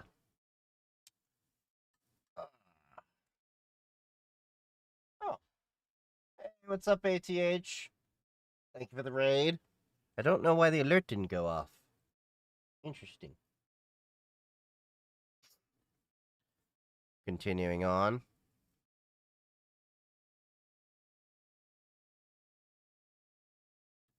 All right, so Trim post that I'll link down in the description. You can read it yourself. So they're building it in the Gobi Desert, and it says here that this 10 megawatt. We're just watching about thorium reactors right now. Shanghai Hold up, 2 megawatts? Dr. Brown would be very happy, because all he needed was 1.21 gigawatts. Wait, no. Okay, this is smaller. Wait. Yeah. That's what usually happens with empires around 250 years, the lifespan per Ray Dalio. Well, the interesting thing is China's been around for thousands of years. Oh, wait. The 10 megawatt reactor project managed by the Chinese Academy of Science. 10 megawatts is still nothing to sneeze at. Of Applied Physics is scheduled to be operational by 2030. Released by the Academy. They're having a pretty good stream. This follows a 2 megawatt experimental version that they did in 2021. It says here, prior to China's pilot project, the last operating molten salt reactor was Oak Ridge National Laboratory's molten salt reactor experiment, which ran on uranium, not thorium, but it shut down in 1969. So it does say there's not a lot of details of it, but according to the Chinese Academy of Sciences Environmental Impact Report, it'll be 3 meters in height, 2.8 meters in diameter, so not huge. It'll operate at 700 degrees. Wow, that's actually really small. But then again, this is an experimental one. And have a thermal output of 60 megawatts, along with 10 megawatts of electricity. And this is pretty interesting. It says the element is a waste product of China's rare earth mining industry, which is huge, and harnessing it would provide a practically inexhaustible supply of fuel. Again, see, this is what I'm talking about. They're using waste from another industry that would normally be thrown out, and they're making energy from it. Whereas in the case of coal-fired plants, which still powers quite a bit of America, just so, to be clear, we're mining for materials to be used as fuel and then burning them so that we get more carbon dioxide and all these other, greenhouse gases into the atmosphere to produce this energy, whereas this is taking waste product to produce fuel. Same reason. So it's not just that they're creating a thorium breeder reactor, it's that they're doing a molten salt reactor that's been run on thorium, which has apparently never really been done at this scale before. There are some other projects in the works that are worth I would say it's not just the fact that it's a thorium reactor, you know, done at that scale, but I think it's also the fact, like he was saying, it's using waste from another project, because this makes more of the argument that it's more environmentally friendly. But coal is good or something. I will put coal in your stockings, Abby. The next time we're at DEF CON, I will get a piece of coal and I will hand it to you, because you've been bad. Teasing. about. There's a company called Natura Resources working with Abilene Christian University right here in Texas.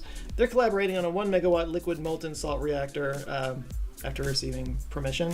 Kairos Power is working on a fluoride salt-cooled high-temperature reactor in Oak Ridge, Tennessee. Said it'll use uranium-based tristructural isotropic particle fuel. Say that 10 times fast. And this is interesting.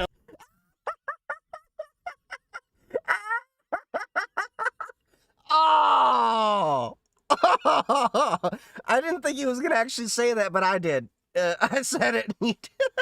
I find it funny coal is actually his value. Well, the interesting thing about coal is merely diamonds that haven't been formed with enough pressure. Seriously, the difference between coal and a diamond is time and pressure. Fascinating. You could turn coal into diamonds.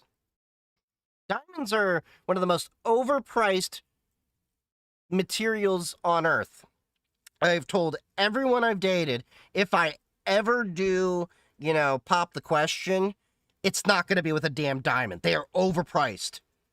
You will get gold, you will get an actual precious gemstone, but not diamond.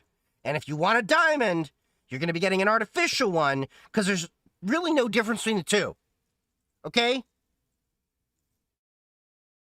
Nobody's going to know unless you look at, like with a microscope or some shit, and who cares? The gold is what makes most of the money anyway, because, when you buy a diamond bracelet or whatever, most of the value is actually in the band. Good luck.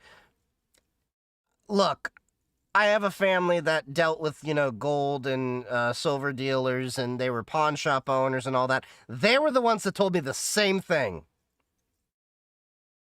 So when Santa gives children coal, he really giving them unprocessed diamonds. Exactly. So you have to understand, the children yearn for the mines. So when you give them coal, you are appealing to their genetic base instincts, and they're going to want to make diamonds out of it. Diamonds aren't rare. Lab grown is just as good. Exactly. It's carbon is carbon. Me and my wife have lab-grown diamonds. Yeah. Nothing wrong with that, Abby. About this in a second. I believe you, but a lot of women are convinced diamonds are special. Well, that's because of marketing, but let me put it this way. I don't care if you're a man or a woman. If you're dating me and can't understand the reality of what marketing bullshit is, you're not the one for me.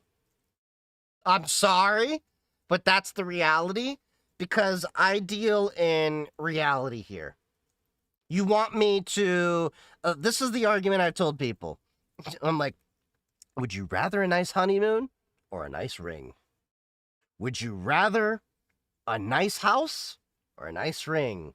A nice car or a nice ring? One of these things is actually going to be of use, and the other one's going to, ooh, shiny. Look, a lab-grown diamond and a real diamond can both cut glass. Diamonds are forever is like the biggest BS that happened. But like seriously, I don't care who you are, because I'm bi. But if you're a dude or well, dude is gender neutral. If you're with internal or external genitalia, shall we say, if you can't understand when you're being sold BS, then you got another thing coming. And diamonds are one of the biggest pieces of BS that we have had marketed to us for years. Because if De Beers actually opened their vaults, diamonds would be worthless. It's the virtue of it's the reality of they only release a small amount, Every year, that is why it gets to the point. To deal with Google to provide a total of 500 megawatts by Moissanite is pretty 2035 cool, to too. power Yeah. its data centers. But it goes on here to talk more about partial to other places Sapphire like and Ruby. Denmark, India, Japan, United Kingdom. Everybody, there's a lot of people working on this, so it's a big deal that this project is moving forward. She said you're gonna get me a It'll provide lab-grown some diamond so we interesting can data beat me and to more information so that outbursts. we can, kind of perfect this technology, and maybe it could be an actual thing in the future. But yeah, as I mentioned earlier about the Google deal with Kairos Energy, it's an interesting time right now. Nuclear energy is kind of having a moment because tech companies are. That's now right. VD Day is coming upon AI us. models that they're running. That's right. these It's days. VD Day. We thought that crypto and Bitcoin was consuming a lot of energy. Well, the LLMs are doing even more. So anyway, if you're considering a career change or you want to get in on a new boom, you might want to bone up on your science skills, which you can do with today's sponsor, Brilliant. You can start things off with their scientific thinking course, which helps explain the scientific concepts behind everyday living and helps you to kind of think like an engineer. It really gives you a new lens. But still, she wants the diamond ring. She wants it. She needs it. Look, if she really wants the ring, the diamond ring, here's my criteria that you will have to, fulfill in order to get the ring.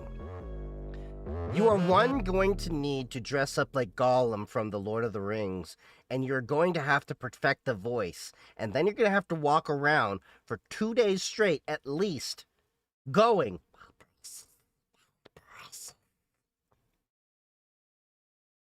I know no one in their right mind would do that just for a freaking ring.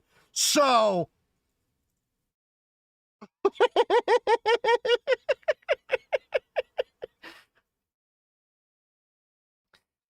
Just Dev, I'll do it. You do it for a Klondike bar, hush you. China been doing the right thing recently. Yeah, China's actually been doing a lot of amazing things, whereas America's been feeling like it's going backwards. Now, let me make this very clear. I am by no means saying that China's perfect. Every country sucks. They have their issues, all right? Every country sucks for different reasons.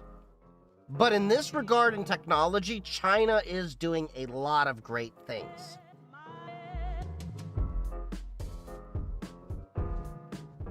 I'll do it for a long femboy.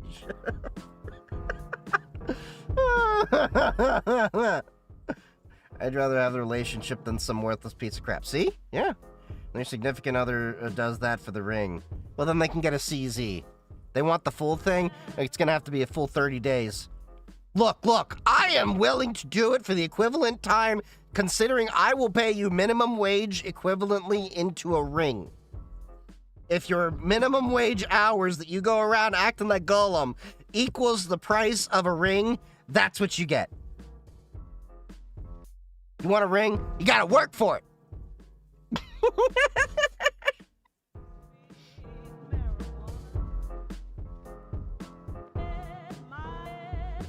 The only thing diamond should be used for is a Mr. Freeze suit. Or diamond drill bits. Okay. The most accurate clock in a mini rack. What is this?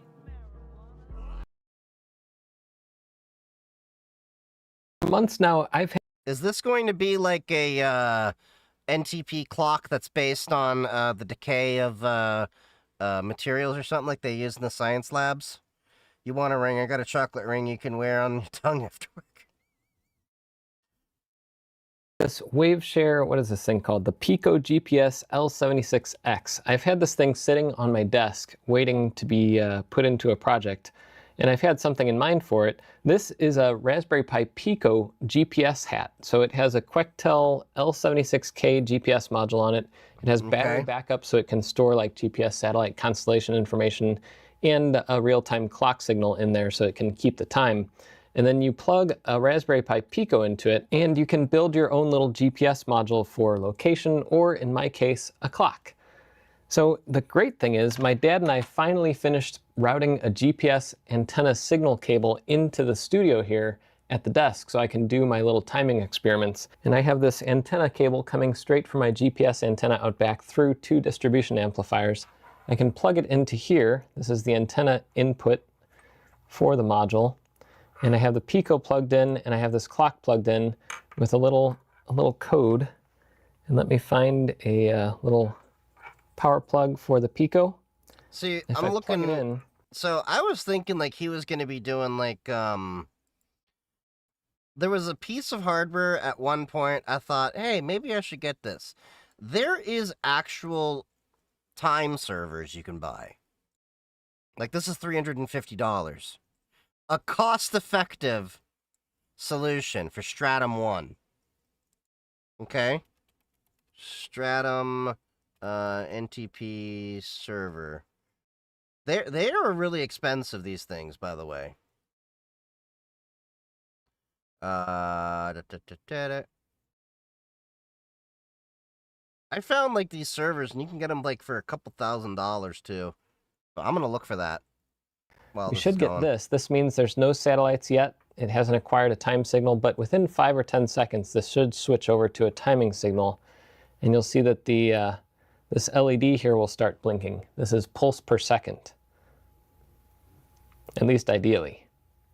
This might take longer because it's been off for a day or so. There it goes, 11:40, and let's check if that is the time I'm getting on my clock, 11:40. So it is working, and the reason why I wanted to build this, so I have rack mount solutions for timing that shows NTP clocks from Master Clock, but I don't have one that does GPS, and so far I don't have anything that does PTP, so I'm going to do that in the future. But this I want to have in a mini rack. So I want to have a clock face that shows GPS timing. So that's interesting that he has an NTP server. Because I've thought about getting that. Yeah, see, like the master clock thing? Yeah. That's actually what I was looking up. See if I have any signal issues. Do you need to be precise for your industry? Some industries actually need it very precise. Like, you have to understand, if you use a YubiKey, and you're doing timed one-time passcode generation on your phone, YubiKey, your password generator, any of that, if it's off by a little bit of time, just a couple seconds, you have an issue. And I've even seen an issue where there was drift at work on the local clock because it didn't have the ability to connect to NTP. Zscaler was blocking it temporarily for whatever reason. They couldn't connect to the VPN because the time would not sync up. Yeah, it can fail authentication. You'll need it for GPS. So if you're on a plane, planes require timing because it has to know how long it took for you to get the signal from the GPS satellite in order to help figure out your position. So timing has to be very precise in many different aspects for technology. People don't realize that. There are several clocks around the world that work off of, what is it, like radioactive decay or something like that. Like, there are some very important clocks in the world that you have to be running off of, that, like, the rest of the world basically syncs off of. I don't remember the specifics, but yeah. There's a lot of important around the time. Time is very, very important. Some things have to be accurate down to the nanosecond. Not just seconds. Picoseconds. With my antenna distribution. And I have it set up so that these cursors will blink when the GPS signal is active and when I'm getting a PPS out of here. If it stops flashing, then that means that the GPS timing signal is lost, and it's going to still run the clock based on the internal thing. Oh, look at that. If I move it around, it's kind of a little flaky. I might do a better connector for this at some point.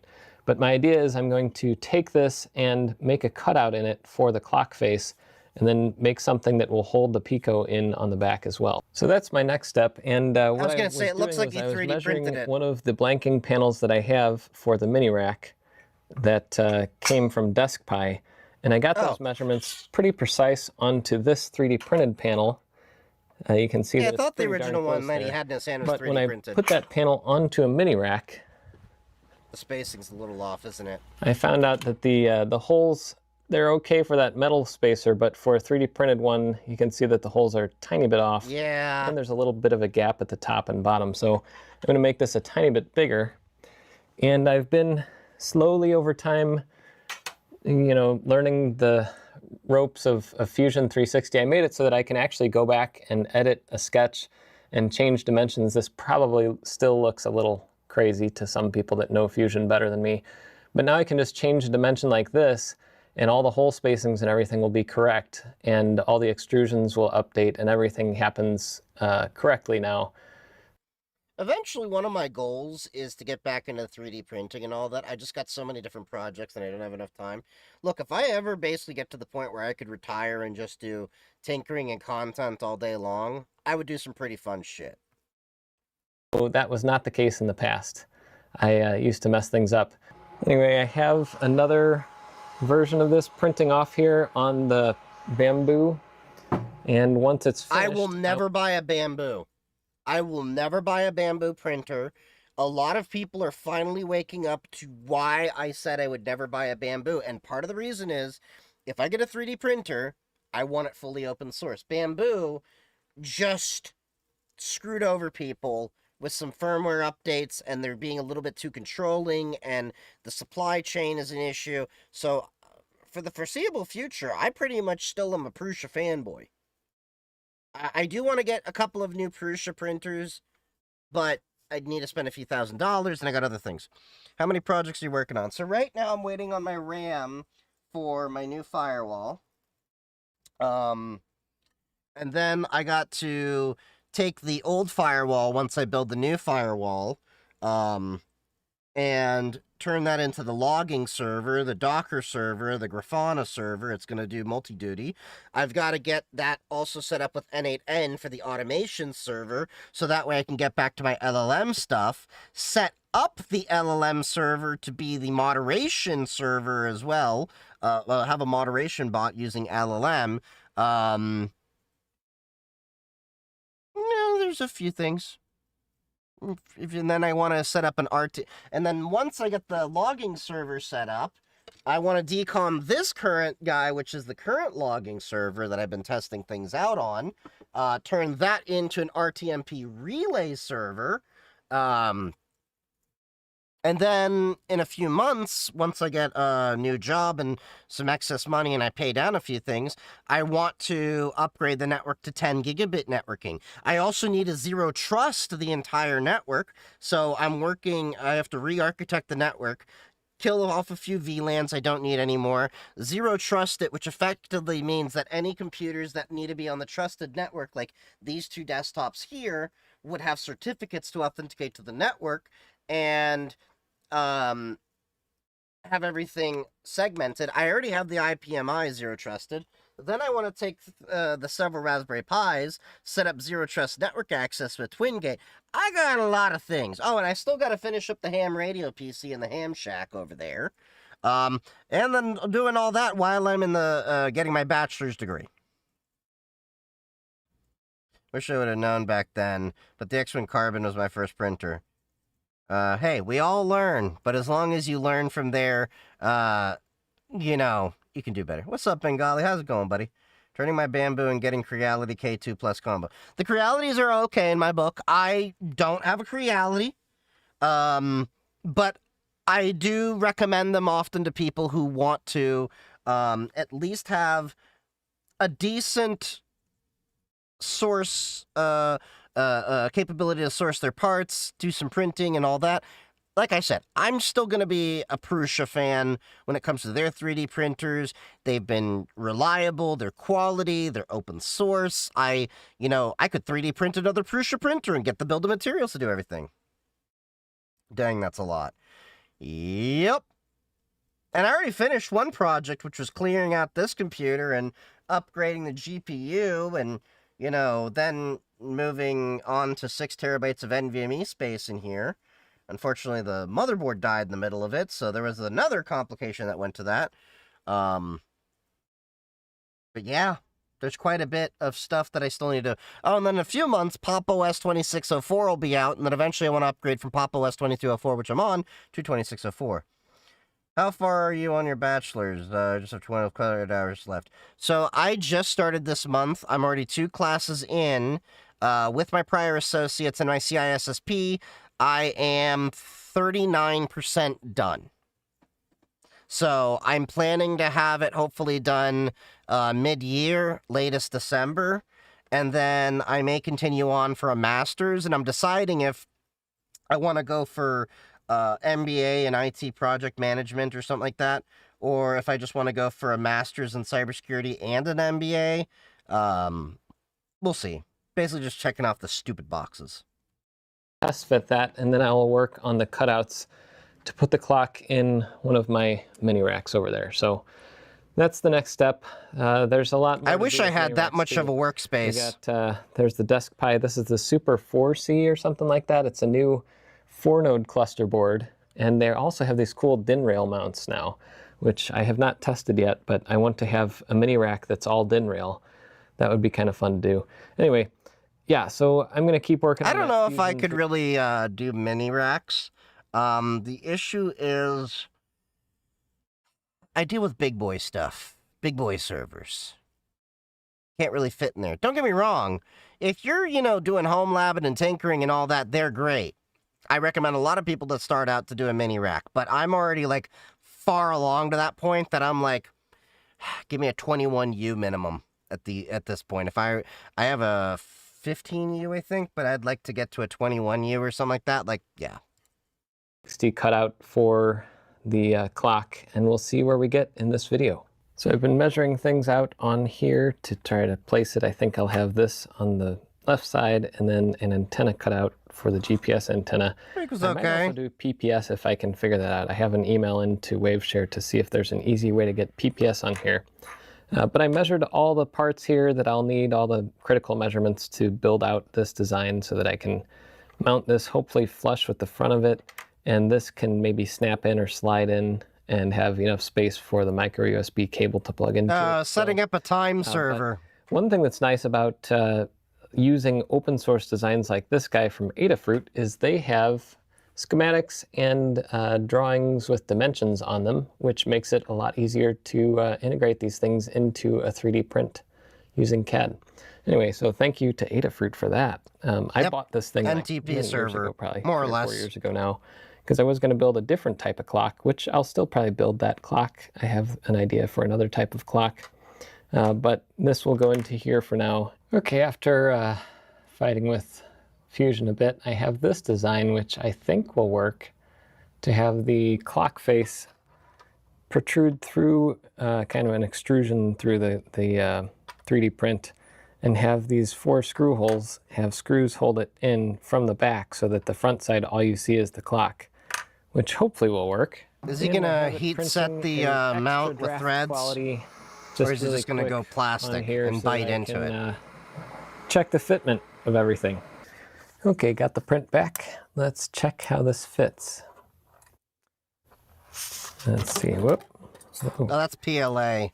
So it'll be Not like that there's an issue with PLA, but I like PETG more. Right here. So that Who, is Jeff Geerling? Yeah. almost perfect fit, but I should probably make that dimension a tiny bit bigger to fit that clock face. But on here, the dimensions of this are pretty close. I'm going to guess this guy, maybe? I think I have that same iFixit kit. First try. And now the fun part of trying to get this thing to actually go in. I was going off Adafruit's dimensions, and their dimensions look spot on in terms of this. I think I just need to make these a little bit bigger so that the front face fits in, because I printed this at 1 iFixit's great. Wera screwdrivers are what I use for the regular size stuff. So quick test fit. And Vantech also makes some decent stuff too, but iFixit is definitely my go-to. Inward on these screws, so I think that I'll just make the holes out by like 0.1 or 0.2 millimeters off of what the dimension is on Adafruit's CAD. Looks pretty good. Obviously there's V1, V2, this is V3, and I didn't quite have time to finish off the design last night, so I just printed this off to see the fit of the Pico inside of here. And it actually holds in fine just with friction, but I'm going to put a little clip right here, and that should hold it a little better. And then the last step will be putting a little SMA hole over here so that I can have the GPS antenna sticking out of the front. Yeah, Nice. And I'm also going to put a little hole in on this side so you can see the LEDs if you kind of look. And yeah, I guess you could just see the... So what I'm curious about, because he has the SMA going out there, does he have an antenna exterior to the house? That's what I'm curious about. Like, with my ham radio stuff, I've got 2 antennas on the house, plus the mesh tastic. SMA, it's a type of antenna connector. Let me see. What does the SMA stand for?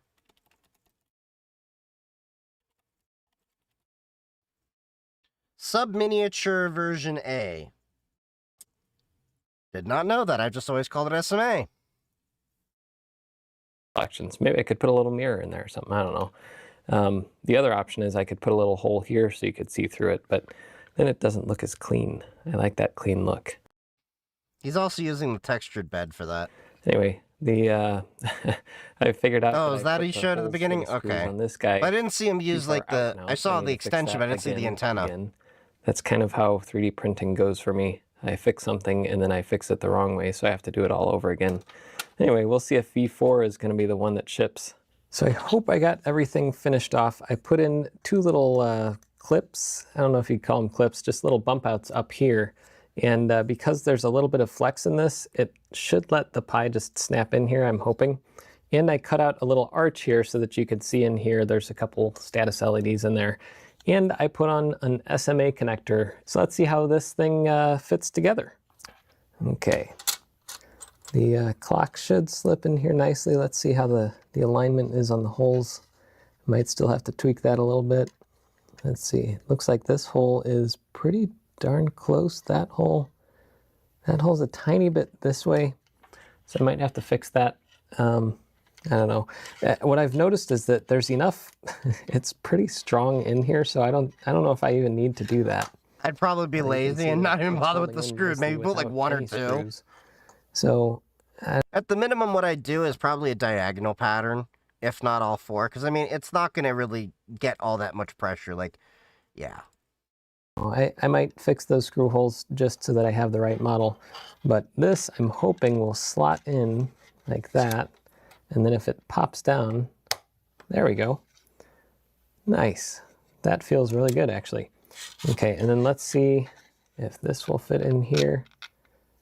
Yeah, it looks like the tolerances on that little flat spot aren't enough to make this little flat part of the connector it'll work itself there, but that's okay because this is a jack that you put on and tighten down. I'll grab my pliers and get it nice and snug on there. I also noticed that these little pins on here are kind of like flatter this way and they're more square in that direction. So I took all of these plugs and rotated them 90 degrees. If you don't do that, they kind of pop out really easily. And I might make a better connection than this anyway, because someday these could work their way out. Anyway, I would probably solder that directly if you're going to keep that as a permanent install. Plug it in and see if it actually works. And we're plugged in with no light. What's going on there? Everything's approximately 90% harder when you're trying to film it too, because you can't even see what you're doing because you want to have people see what's going on. So I got that. And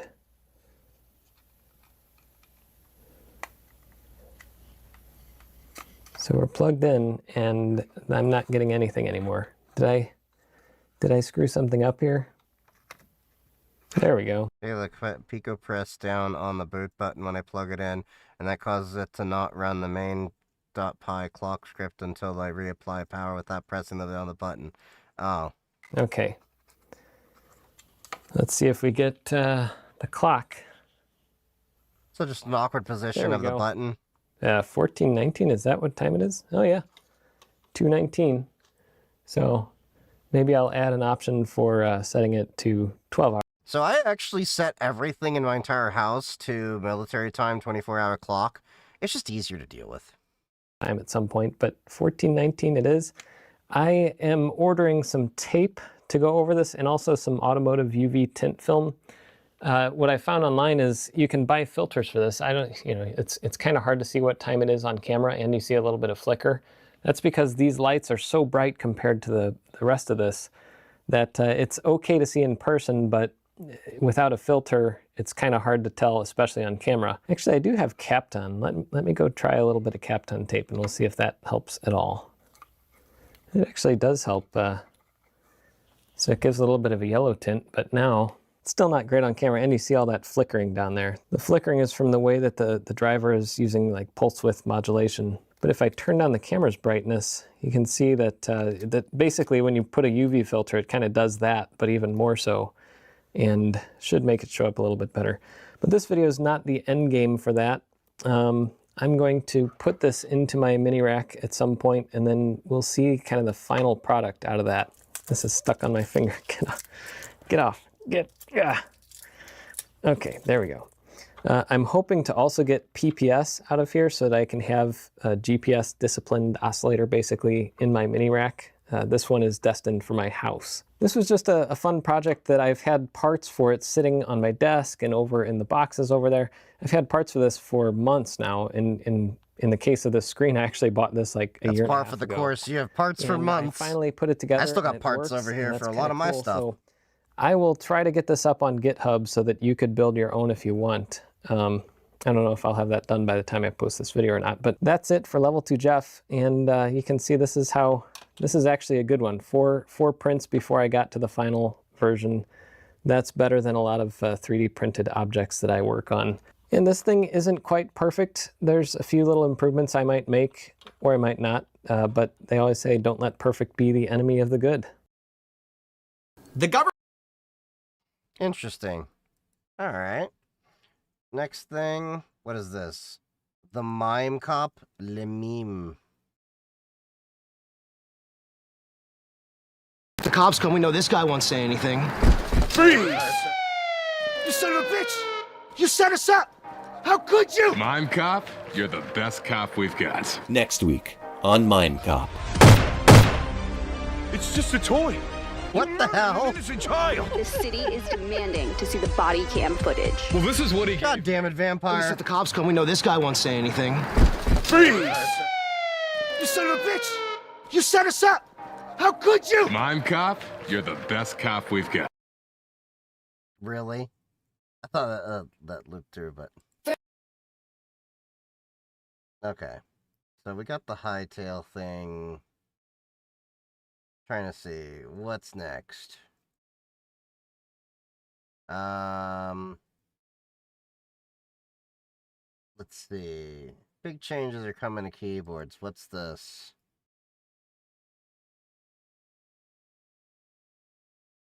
You have a meme. Big changes are coming to keyboards. All right. Plastic thing on your desk you use for pretending to work on teams or losing matches in Overwatch is really a couple things. Mine's metal. System 76, baby. Communication device, word processor, gaming input, maybe even a comfy place for a cat to stomp around while you're trying to write an essay. But what if I told no you cats there's here innovation happening in the keyboard space that'll make you look at your old fuddy-duddy QWERTY pad and think, so what can you do anyway? What's my personal keyboard? So I have a System 76 Launch Heavy. It's a nice keyboard. I like it. It's got a USB 3 hub built in. 2 USB-Cs and 2 USB-A ports. The Launch Heavy is on my main. Then I have the Launch keyboard over here, which is the same thing as this, but without the numpad. Still has the USB hub. But, yeah. I like the System 76 keyboard. It runs QEMK. I can remap it, whether I'm on Mac, Windows, or Linux. It's been my favorite keyboard so far. At my office, I have the DOS Keyboard Pro 6 I was sent a couple of years ago for review. I love typing on that at work. It's very sleek and discreet, that you couldn't even tell that it's a very nice keyboard. It blends in with office keyboards. And then upstairs in my home office, for when I work from home, I have a little Keychron. I forgot which model. Built-in USB hub. Yeah, it's got... like you can see, got a USB hub built in. So, I have this plugged into the USB port on my desktops, and then whenever I need to plug in a YubiKey, which I usually keep in here, or flash drives or whatever I need, I plug it in there. So like my controller for my Xbox is plugged in here, and then when I need to unplug it, I can do that. Features like customizable screens, adjustable layouts, and full-on cosmetic replacements for keys you might not need were all shown off at their CES booth this year by today's video sponsor, EpoMaker. And no keyboard quite makes you rethink what you know about typing than the newly unveiled EpoMaker Glyph that we got some real hands-on experience with. At first glance, you probably notice this is a vintage typewriter-style board with an extra long display running across the top. Yeah, I got a System 76 launch heavy. Let them know I sent you. Same makers as Pop! OS Linux, by the way. But what's really interesting is the functional physical reset lever on the left that actually mimics classic typewriter keys. Seriously, what? Set by default to simulate both enter and backspace inputs depending on the direction it's moved, so you can actually feel like an old-timey author. The Glyph is a fully hot swappable mechanical keyboard with replaceable rounded keycaps that are also meant to simulate the look and feel of something your parents probably learned how to type on. The display up top is actually two separate modules, wherein the right side is fully customizable with GIFs and images you can upload yourself, and the left shows different sets of information depending on your device's settings. That cutout isn't just for show either. It's actually a kickstand for a phone or tablet, which pairs. Interesting.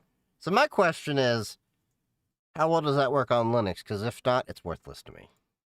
Well with the Glyph's tri-mode connectivity options, making it perfect for both travel and being a statement piece in your home. And if all that isn't enough, the Glyph actually uses a top-mounted design in its construction, meaning the plate is directly secured to the top case to limit flex and vibrations. So how much during is this typing, keyboard? I have to know, how much is this keyboard? Not that I'm planning to buy it, I'm just like, how much is this going to cost? One arm? 2 arms? Precise and keystrokes sound clearer than ever. The EpoMaker Glyph will be released sometime later this year. The EpoMaker RT98, on the other hand, is a modular 98% layout keyboard with a detachable numpad that can screw into either the right or left side depending on your. Okay, that's actually useful. That's, I think, a better keyboard, in my opinion, than the other one, because the numpad is an essential thing when you work in networking and you do numbers and all that. I don't use it nearly as much as when I was in networking and all that, but I still feel like I need a 10 key, because you can also do macros and everything. And honestly, like you're saying, too much probably. Yeah, if I'm going to spend a lot on money on a keyboard, I'm getting a DOS keyboard or my System 76 keyboard. These are very, very, very solid keyboards. And they have in kits that you can build it yourself, or you can buy it pre-assembled. The launch keyboard that's on the Stream PC, I assembled. The launch heavy, I bought pre-assembled. Both of mine have brown switches, by the way. I like them. They're a little bit more quiet. They're still tactile. I do like the Cherry MX switches and the DOS keyboard a little bit more, but overall I like this keyboard better, the System 76, because if you're into coding and anything, the thing I love about the layout of this keyboard, here, I'll show you, bring it on the camera. If you notice the keyboard layout, it's a little bit closer here, so it's a little bit more compact. But the one thing I really love besides the hub is, if you notice right at the top, the delete key and the backspace are right there, which it's great for if you're coding, because very often you don't have to reach over for the delete. You just hit delete right above your backspace, and then your backspace is right there. Now, of course, you can remap this entire keyboard however you want. Like, the original way that it came in was, I think the super key was one way, one or two keys over, and I flipped, I think, the FN and super over here, just because that fits more of my desire. But you can, change it however you want. You can, of course, get new keycaps and all that. I heard System 76 is going to be releasing some new keycaps that shine through. That should be nicer. You can also change the RGB and all that. I keep it on the default rainbow one because that doesn't really matter as much for me. But yeah, let's get back to this little keyboard that they have over here. It's perfect for left-handed people or someone who, in general, just wants to shake things up every once in a while. But speaking as a lefty, I just learned how to use it with my right hand, so that's where I'd leave it. But the modules actually screw into the bottom panel. So to move it, you actually slide the entire main board to the opposite side of wherever you want the numpad to go before fastening them all to the base. Yeah, the launch kit is definitely value. Display that you can upload custom animations to and track real-time system info with. This one you're seeing. Again, does it work on Linux? Because if not, you are worthless to me. Like a used condom. Actually still in the prototype phase, but EpoMaker's shooting for a Kickstarter campaign for the RT98 before the end of 2026. Moving on to the RT100 Pro, which is a full-size 103 key layout keyboard with a customizable knob and slots for 4 hot swappable mechanical keys that... Oh, look at that. Is that the delete key at the top? See, that has the delete key at the top. I like that. I've actually really been liking the delete key at the top. It's really nice. It's really useful for when I'm tinkering and everything. But yeah, Hans, if you like keyboards and all that, I do have to definitely vouch for the System 76 keyboard. I've had this keyboard for like 2 or 3 years, I think.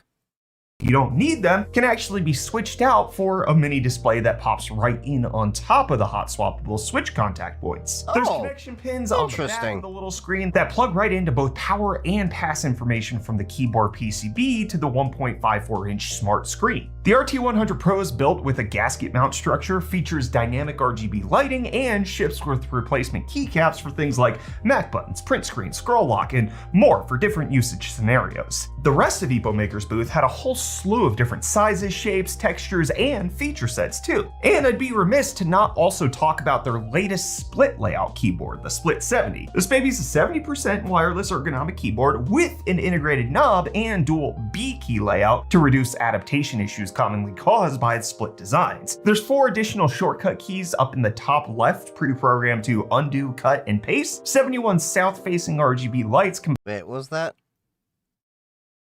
Oh, okay, interesting. Combined with the Split 70's funky blue and white colorway, give it an insane amount of personality fit for gamers and professionals alike. You can pick up the EpoMaker Split 70 for $115.99. We also can't forget the RT82, which was their first keyboard to integrate that award-winning magnetic TV display piece that'll also be incorporated into the modular RT98 that I mentioned earlier. This one typically costs between $85.99 and $89.99. That's not bad. Retro aesthetics combined with a gasket structure and 5-layer sound foam to ensure a thocky typing experience perfect for quiet office environments. One of EpoMaker's most popular keyboards they showed us is actually their Galaxy 100 board. This here is a no-nonsense CNC'd aluminum 1800 QMK keyboard with pre-looped hot swappable switches and a 5-layer gasket structure, all for just... That'll work on Linux. QMK. Just a scooch over $100. That's not bad. EpoMaker introduced us to the Split 65, which is a little different than the new Split 70. The Split 65 can actually slide together to form a more traditional looking keyboard, but can still pull apart at any time too. It has a similar top mounted structure to the Glyph typewriter. Can you imagine getting that, bringing it to the office, and then like telling someone, look how strong I am, splits keyboard, and they don't know? That'll probably freak them out. Keyboard from the top of the video, a customizable knob, and you can pick it up right now for $119.99 USD. We also can't forget EpoMaker's ergonomic 65% keyboard, the Tide Alice. This thing's got 66 keys and... It's been a while since I've seen ergonomic keyboards. An aluminum case shaped with actual human proportions in mind. The Tide Alice feels like a dream to type on, and you... Well, QEMK is open source. This keyboard here runs on QEMK. up right now for $129.99. EpoMaker also really made a point to tell us about their multi-language keycap layouts. They specifically had the German board on display while we were at their CES booth this year, but there's also an 1800 ANSI Korean layout too, with French, Spanish, and Russian coming soon. Plus, the abundance of gamer-forward Hall effect boards should not be slept on here. EpoMaker's been innovating to make sure all different walks of gamers can have customizable actuation points, statement pieces for their desks, and even some left-hand only boards centered specifically around the WASD keys meant for gaming on the go. Any one of their keyboards with HE in the name means Hall effect, and honestly, if I yapped about each one of these from their booth tour they gave us, we'd be here all day. A few honorable mentions of some really interesting pieces from EpoMaker this year too are the Luma 40, a 40% low profile, fully mechanical aluminum via mechanical keyboard that sells for $116 and You want me to pay $116 for 40% of a keyboard? Yeah, that's gonna be a no for me, dog. looks perfect for a cyberdeck build or a portable gaming rig. Going along with the whole 40% small form factor feel is the TH40, which is a really fun one. It's a teeny tiny little thing they sell for 80 bones that provides an ultra compact gamer forward design with a split space bar. Yeah, 40% is way too small, even for a cyberdeck, because you're gonna need function keys. It's a 61 key, low profile, carbon fiber mechanical keyboard. And I know there's probably a shortcut to get that working, but that's a pain. Anything like. And EpoMaker doesn't just do keyboards either, though. Sprinkled throughout the booth, we also noticed these cloud gel wrist rests that almost look like they were covered in a protective plastic layer, but no, they're just that shiny, and they're super soft. Just look at the cushiness. Personally, though, the majority of our hype was directed at these amazing silicone keycap sets with the softest, most unique typing experience you could possibly imagine. They're just like regular plastic keycaps, but the top part that your fingertips actually touch are fully silicone. It's the kind of thing you never even knew you needed in your life until you experienced it. The silicone keycaps were shown off in both purple and white colorways, and we absolutely cannot wait to get our literal hands on a set of these bad boys. EpoMaker taught us a lot about the importance of innovation in the keyboard space while we were at their booth at CES this year, and they're absolutely worth keeping an eye on for your next desk upgrade. Whether you go with the quirky retro-futuristic glyph, the TH100 Pro with the removable modular screen, the RT98 to flip-flop which side you keep the I'm a shallow keystroke person. My Model M is packed away and I type on a scissor switch. EpoMaker's got I have a Model M over there. And who knows? We might even be looking at a potential UFD collab in the future. Possibly. Fingers crossed. Anyways, thanks again to EpoMaker for sponsoring this video, and Yins, keep on typing, you hear? My brother uses those anime boobies wrist rests. I've seen those. They crack me up. So straight up, if I land this new job, they're talking about education stuff. If they cover my DEF CON and B-sides, I may make the point to go to CES next year. That'll be interesting. I do want to take one of my mods, the one that does all the clipping videos, if possible, and have him do the recording of the videos and everything, maybe live stream some of it, but we'll see. You're at DEF CON last year? I've been at DEF CON for the past 3 years. I've paid my own way for the past 2 years, and I'm really pissed off that my employer has not paid for the last 2 years.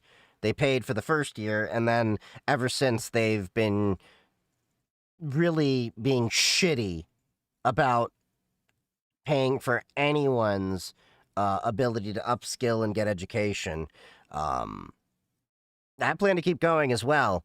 But the fact that they made me fight for 2 months, they had a $275 reimbursement for 2 local conferences, was one of the reasons I'm leaving. Return to office was merely the final straw that broke the camel's back. Which is why, like, and here's what sucks. From most of the jobs that I've seen, and a lot of the research I've been doing, the average company gives, on average, $7,500 per employee per year to do education. I've heard this happens even at banks. I've heard this happens at universities. I've heard this happens at a lot of companies I've been applying to. So it's ridiculous that my job is making me pay $275 when I know they are making billions with a B revenue. And that's why I'm like getting out of there. They're underpaying me. They're not paying for my education. They're not giving raises that are even at matching inflation. They're below inflation. So I'm just like, F that. Your company is a hedge fund and your education budget is pretty flexible. Yeah, see? But meanwhile, I'm at a job that, you know, look, when I leave, give it a few months, but there's going to be some shit I'm going to be talking about. Can't talk about everything, but there'll be stuff trickling out over the few months when I do leave. And then probably a couple years after I leave, I'm going to, like, pop the lid on everything. But yeah. All right.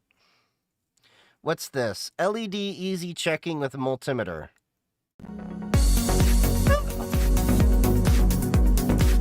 That's clever.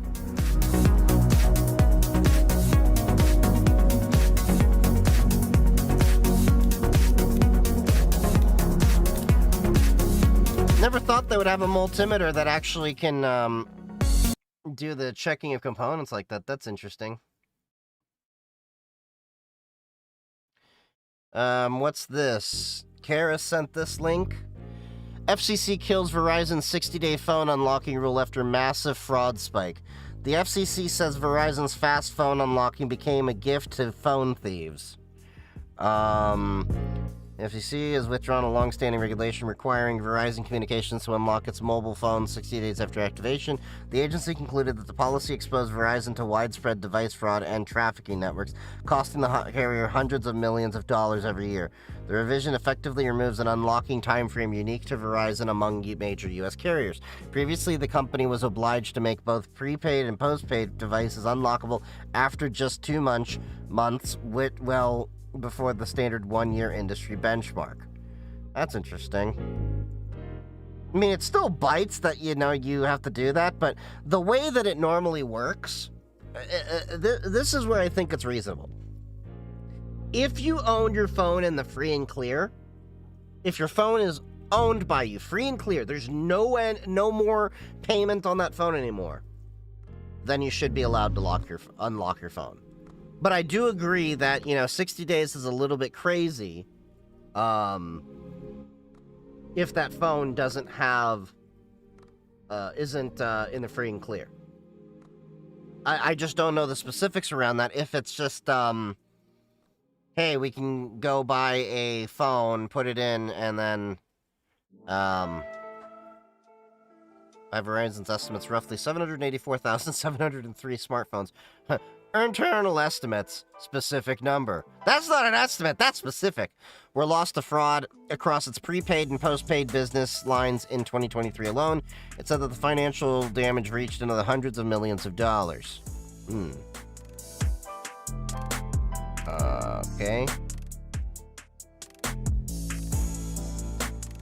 No later than 1 year after activation.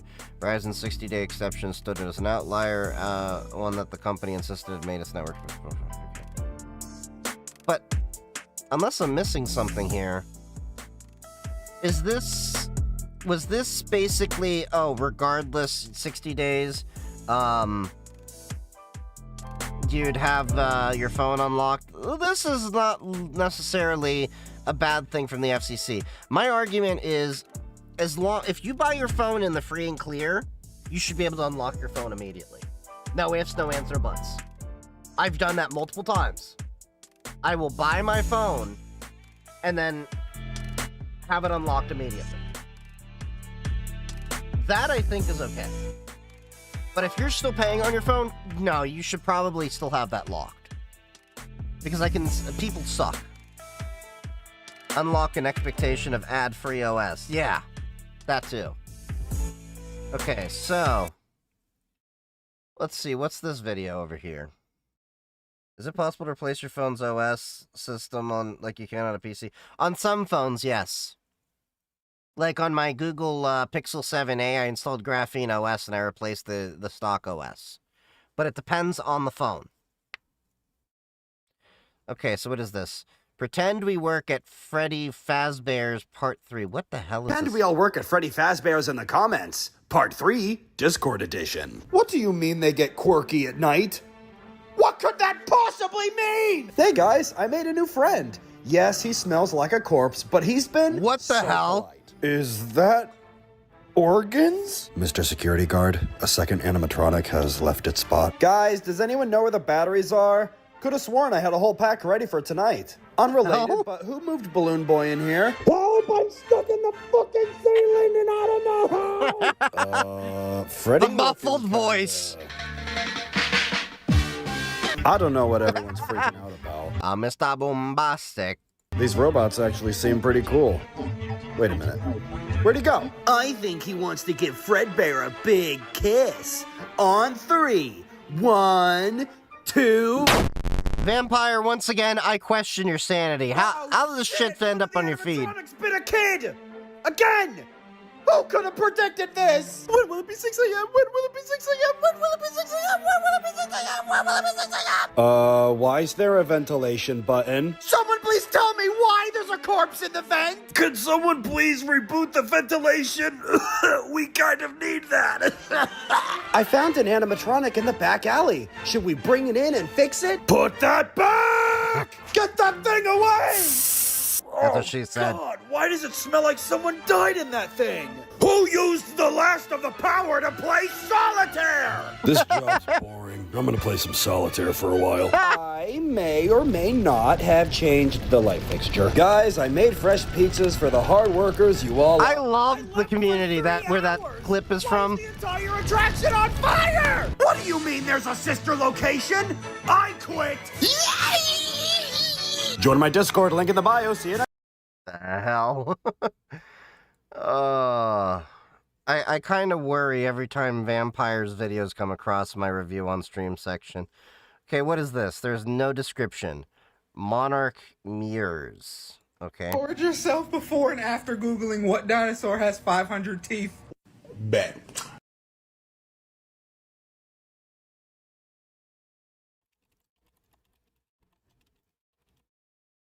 I like how when I type it up, it's just like right there.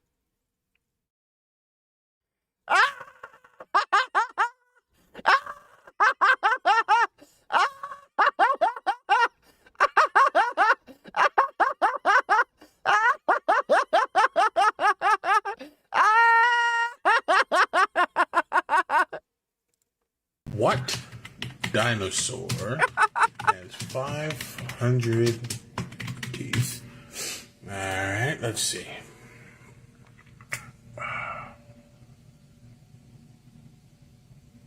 My brother. Record yourself before and after Googling what dinosaur has 500 teeth. Bet. What dinosaur?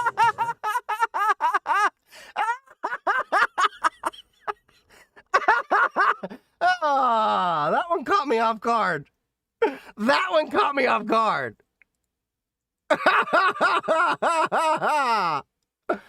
I'm going to show that one to Yitz. See his reaction.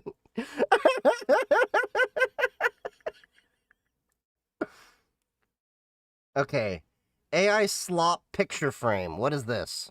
Yes, finally, framed AI slop wall art on demand. A programmable e-ink display you can hang in your home for decorative purposes actually doesn't sound too bad, but trying to punch it up with AI is enough to leave a bad taste in your mouth. Ew! The e-ink screen can fit into pretty much any picture frame, has a multi-year battery life, and is tailor-made to ask AI to make art on your behalf. Whatever you want. Ew! You can upload your own photos too, but...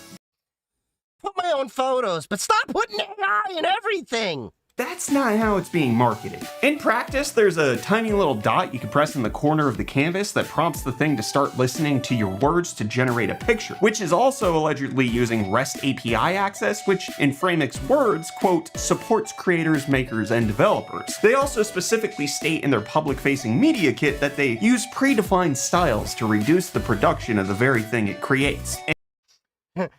We will not be putting that onto TikTok or Shirts BTW. I can't keep laughing so much when I see it.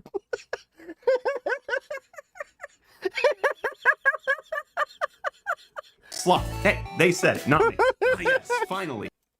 But seriously, okay, the frame idea with that, it's not a bad idea. I just hate that AI is being thrown into everything. REST API access, love it. Yes, great. I can remotely push stuff to it. I don't need it to generate AI art. F that. I will want it to put on maybe pictures of, my dogs or, whatever else, like I want to put a picture on. That's fine. I'm just tired of AI, being injected into every little thing. I want genuine art. I don't want AI slop. And it's one thing if I use AI to generate little, pictures for my open source projects because they're open source and it's just like, let's make a little logo or something like that. That's fine. But I draw the line when it's like, we're going to sell this bowl as art. AI art is okay. It depends. It depends. I'm just tired of AI being injected into everything. Okay. 15 years old in 2026. Oh, no.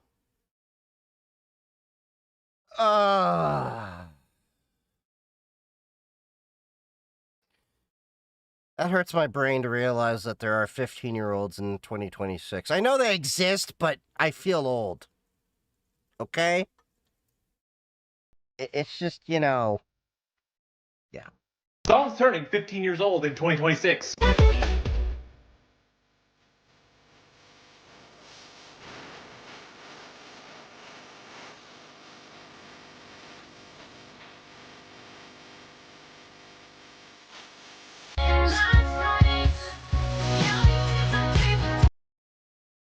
These are all songs I grew up with. You weren't even born when these songs came out. If you're 15.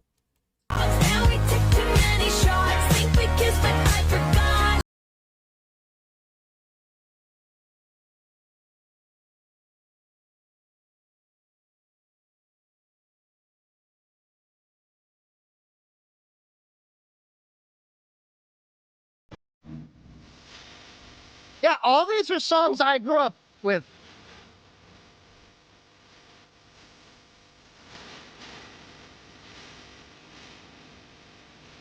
I haven't heard that song in a minute, though. Gonna be it on the floor. All those are songs I grew up with. Gen Z cannot claim that. But I will say this, we had better music than Gen Z. Okay? Gen X, you may enter the chat. We get it. You had Freddie Mercury. You had Poison. You had, all of those great bands. I will give you that. Okay? But Gen Z cannot claim to have better music than us. Tool is Gen X. I believe they are. I believe they are. Tool band years. Let me see. What years were they?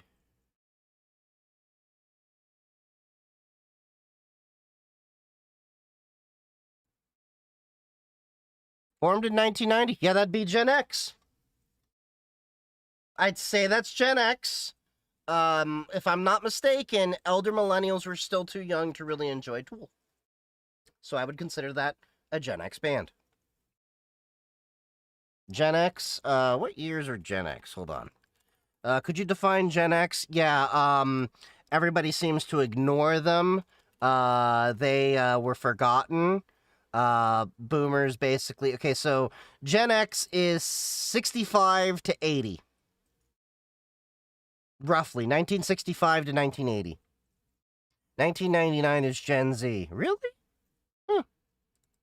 And I'm millennial. Millennials are, I would say... It's weird because they say, like... Okay, so Gen X is 1965 to 1980. Millennial is 1981 to 96. So I'm a younger millennial. And then you got Gen Z is there. Okay. So, yeah. All right, what do we have here? Who remembers Hot Pockets from the 90s commercials? God damn it! You know, when you would get a Hot Pocket, you'd be stuck on the toilet, okay? We call them Hot Pockets because if you didn't, get to the bathroom fast enough, you'd be hot in your pocket. You know what I mean? Get that mud butt. I have never really cared for a Hot Pocket. Hot Pocket. They were like everywhere though. Yeah, the prison pocket. May as well start calling it that. Because your booty gonna be feeling like it's in a prison if you don't get to the bathroom fast enough.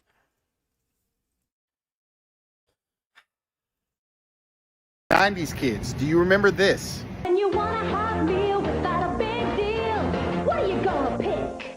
Hot Pocket. Yup. Hungry bunch shows up for lunch. What are you gonna pick? Hot Pocket. Now, if you were a latchkey kid, Hot Pockets were considered the staple of our childhood. But now that I'm so glad that I had parents that actually loved me.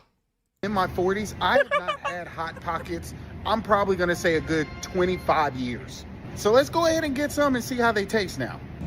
Okay. I maybe had them like once or twice. Sandwich and snacks gotta be close. White. You can tell the difference between the newer version of them though. Really? What's the difference? Because the reason why I won't grab them is one, I got money now, I got taste buds, and I got trauma from eating those things when you're trapped on the toilet for about 30 minutes. You ever been trapped on the toilet with the Hot Pocket while you yell for your mom to hand the anti-diarrheals through the door? Yeah. Trauma! Castles, little ass cheeseburgers. Ooh. They got rid of the sleeves? They got rid of the sleeves? Okay, but we're going to be talking about bagel bites. So, I've never had pepperoni bagel bites. Obvious reasons. Jewish. But I like bagel bites. The cheese ones. They got White Castle sliders in there? Man, I ain't been to a regular grocery store in a minute to see that kind of stuff. I'm always going to Trader Joe's, Whole Foods, Costco. I don't see this shit. But also, you want another case of the Runs, White Castle. But I will admit, once in a while, I do love me some White Castle. They removed the sleeves. Really? You love the square ones? What, bagel bites? I wouldn't eat any of those. As I've gotten older, my body won't tolerate crap food. It's kind of the same way for me.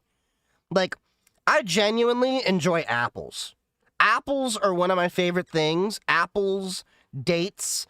I'll go to Trader Joe's and, like, my version of, like, quick junk food, if you will call it, is I get the dolmas, the stuffed grape leaves that come in a can at Trader Joe's. I will buy that shit in, like, 5 or 6 of them, and I will pound an entire can or two if given the choice. I'll eat an entire can of tuna too. That may be like a junky version, or go to Costco and get whatever, like the tender bites. You throw in the air fryer. Those square pizza rolls. Oh, yeah, I know what you're talking about. Pizza rolls. I know y'all remember those. And where? Oh, Hot Pockets. There we go. You're gonna be having a Hot Pocket after this video. Which one we gonna get? Which one? Okay, so I was a fan of the ham and cheddar. Can't have it. But I think this is new. I don't Can't have it. remember.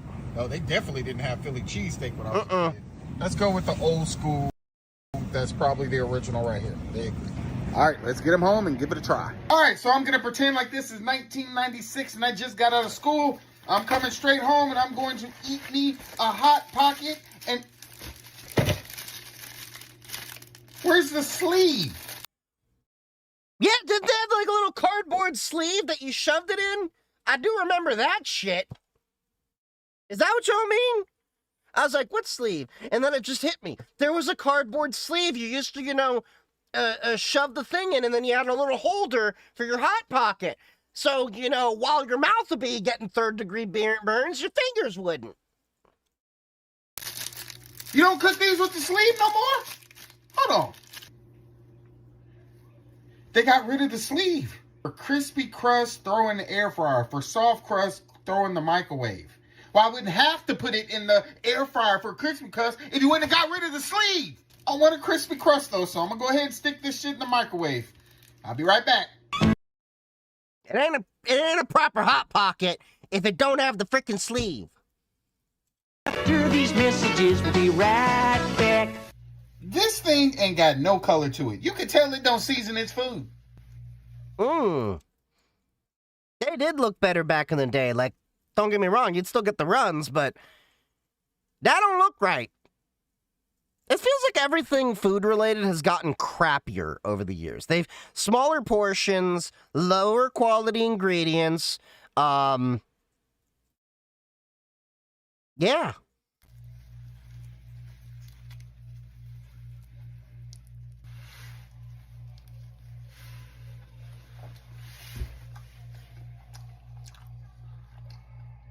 The inside tastes really good, but that crust, nah, that ain't hitting.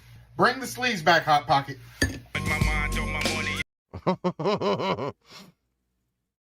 I've crapped out the ingredients for the shareholder. Absolutely. Taco doesn't bother me. Oh, Taco Bell. Taco Bell, it's one of the few foods I can still hit. Taco Bell still seems to have decent ingredients and is reasonably cost effective. I can still eat Taco Bell. I will still eat 3 bean burritos at a time. No onions. I just don't like onions. The onions they have. I just don't care for them. And then what you do is you peel it back. You put your own hot sauce in. You know what I'm talking about? Yeah. But not their hot sauce. Their Diablo may as well be like mild. Their Diablo ain't shit. That is white people spicy. If you think Diablo is spicy, let me show you what my mild looks like. TB hot sauce. Nah. I go for Pex Peppers is my favorite hot sauce brand. I love Pex Peppers. There's a few others around here. One of my buddies makes their own hot sauce from peppers and stuff in his own backyard. But yeah. You add more cheese, you add more heart attack. Alright, what's this? Nintendo is in trouble with the Switch 2. So I've not heard good things about the Switch 2. And to be completely honest,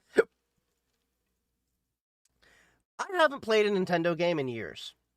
I am a big Legend of Zelda fan. I do want to play some of the recent Zelda games. But I don't want to buy the Nintendo consoles because of what Nintendo's doing lately. It's just like, this may not be proper to say, but I'd rather emulate their shit, to be honest. Nintendo stocks have actually fallen pretty low in 2026. Now, it was high in 2025. 20%! Because they released their new console, but it's kind of low now. And they say Nintendo doesn't need a win. I think they do. So the Nintendo stocks have actually fallen pretty low in 2026. Now, it was high in 2025 because they released their new console, but it's kind of low now. And they say Nintendo doesn't need a win. I think they do. So the Nintendo stocks have Nintendo 64 is probably the last console I have besides the handheld. Now, it was Game Boy Advance. 2025 because they released their new console, but it's kind of low now. And they say Nintendo doesn't need a win. I think that just looped over. Yeah, damn, 20% down. I think Nintendo got a little bit too greedy. Because Nintendo used to be that game company everyone loved. Everyone had no issue. It was like we would look at Sony and Microsoft and say, be like Nintendo! Do like Nintendo! Nowadays, we're going, you know what? F you, Sony. F you, Microsoft. F you, Nintendo. Valve, you're cool. I'm out. Like, that's literally how it's gone now. Like, Sony pulled that bullshit with Helldivers where they wanted everyone to have a Sony account after a while, lost a lot of their player base, still have a lot of people internationally that can't play it. Microsoft, well, they've just been becoming a monopoly all over again, like they've done before, the Embrace, Extend, Extinguish. And Nintendo is over here suing Palmon, putting bullshit patents out. For what? I haven't played Palmon yet, but I would rather play Palmon than I would Pokemon at this point, and I love Pokemon. I have a damn Pikachu hat.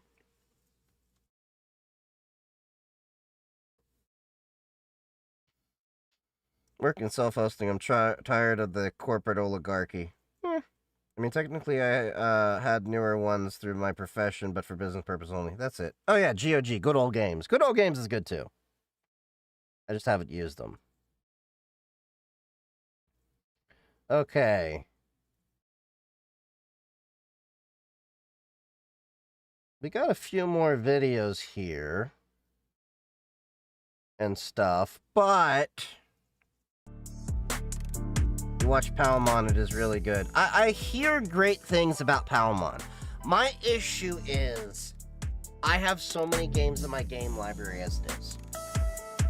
I need to go through games. I need to go through more games. That's just straight up. I need to go through more games. Not buy new games, go through my games. I have enough. Like, I'm going to show you the games that I want to go through at least this year. Alright? We'll pull up my library here.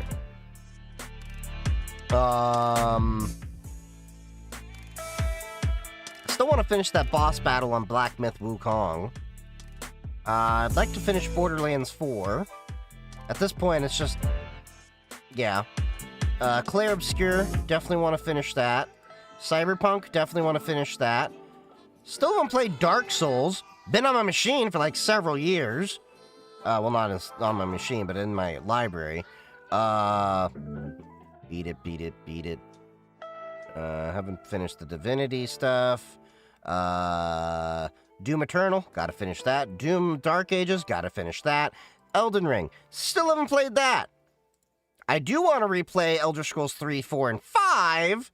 Well, I've beaten 5 enough that I can probably do 3 and 4. You know, I've never actually finished Morrowind. I've always been sidetracked. Fallout 4. Gotta finish that. Beat that. Beat the Fear games. First Ascendant was fun. Some of these games are from Humble Bundle. We finished Gears 5. Ghost Runner was a really fun game I definitely want to play. That one was tricky and trippy. Beat all the Half-Life games. Beaten all the Halo games. I do want to play more Helldivers 2, but there's no really finishing that. I do need to finish Hollow Knight. What else was there? Icy was an interesting game I played. Would like to finish that up. Still finished The Last of Us. Part 1, and especially Part 2. Still need to figure that out. The Mafia games. Still haven't played Metro. Have all the Metro games. Midair is supposed to be a Tribes, you know, 2 kind of, replacement. I got 3 invites for Midair 2. The playtest. I gotta still play with that. Let's see. Path of Exile 2. Still gotta play that. Get through that a little bit more. Just replayed Skyrim yourself. Nice. I'll be working on the video tomorrow. I'll be back. I'm gonna go shovel my driveway, then get ready for bed. Not a problem. I'll be going to bed soon myself. Oh, there's a new YouTube video that'll be out tomorrow. Talking about the AI as a bubble. The AI market. What else was it? I think this was one that I also wanted to play. I've beaten all the Roller Coaster Tycoon games, although I haven't finished them on this computer. You know, you're on the spectrum when you have a railroad game. I do want to finish the Spyro games because they're just fun. I forgot what that is. I do have Starfield, but I got bored as hell with that game after a while. I don't even want to finish it. Done the Doom Raider games. Watch Dogs and Watch Dogs 2. Because I've never played Watch Dogs, really, but I still need to finish Watch Dogs up. And... yeah. Oh, yeah, The Witcher. I still haven't, finished that game ever. You forgot there was actually goblins in it. What, in Skyrim? Yeah. So, I want to play Morrowind again. Morrowind, like, look how old this game is. 1.6 gigabytes, 1.06 gigabytes. Now, the trick is with Morrowind, you don't just play with Morrowind, okay? You then install what's called Open Morrowind, which is an open source improvement on the engine over there. That's like compatible with mods and all that stuff. It's been worked on for like so many years. Like, it's already got a decade or so of work. Like, look how long this goes back. Yeah. Anyway, and Open Morrowind works on Linux. That was actually the original way you had to play it on Linux before Valve released their stuff. But there's so many mods for this game. Watch Dogs on stream. Yeah, probably. I only really game on stream, to be completely honest.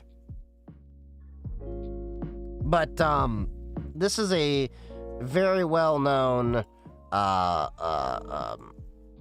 engine that they have that improved so much of this game. It's a really great project of love. It's like, it's been around for so many years. And what's the Nexus mods? Hold on. So Nexus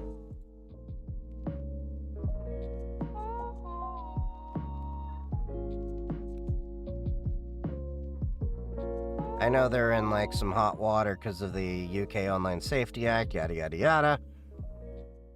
Ooh, what's this?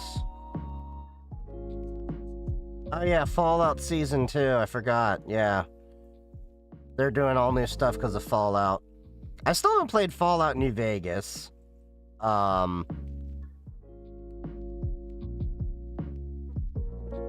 there's still mods in here for Morrowind, and Morrowind is a game that I would definitely like to see them re-release, because this is just such a great game. This was, I guess, my first RPG, and you can still get it for like $6. This game is so massive, but it was towards the ending of it. Oh, goblins were in like all sorts of dungeons. Goblins have been part of Elder Scrolls games for a while.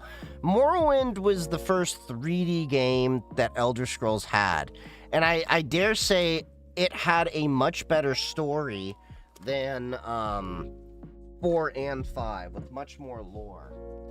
And if I can find it, give me 1 second.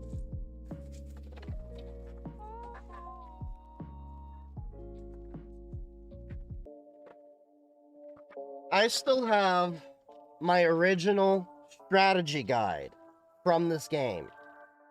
This is one of the few books that I still have from my childhood.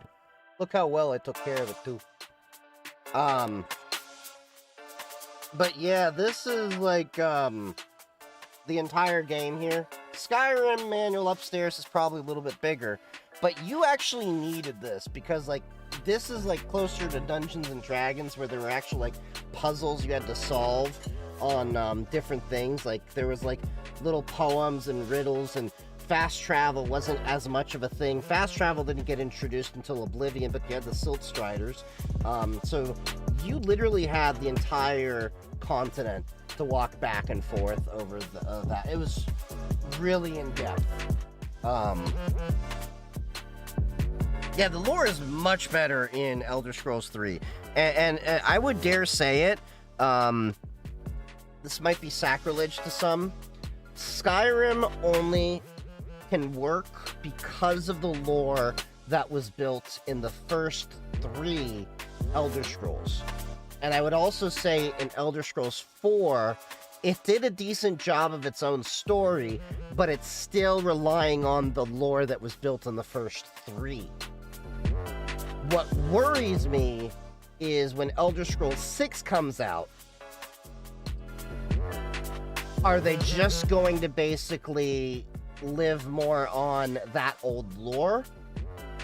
Or are they going to actually, you know, put some serious proper effort into it? You never played the first 3? So, the first 2 I was a little kid when I first played these. I have to find 1 and 2. But you had, what was it? Elder Scrolls Arena and Daggerfall, I think it was. Those were DOS games. Yeah, Elder Scrolls 2 was Daggerfall. And then you had, I think Elder Scrolls... Yeah, Elder Scrolls Arena was the first one. So, like, to show you how different the, styling was,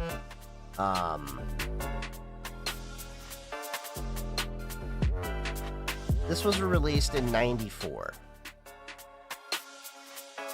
Show you this before I, head out. But this is, Elder Scrolls Arena. This is what set the tone. And, like, look at the artwork here. Like, this, very risque at the time. That would not fall. That would not fly today. This was 1994. And, like, this is kind of how it looked. Like, it was, like, 2D. There was a lot of story in there. However, I think it was Daggerfall that had, the biggest,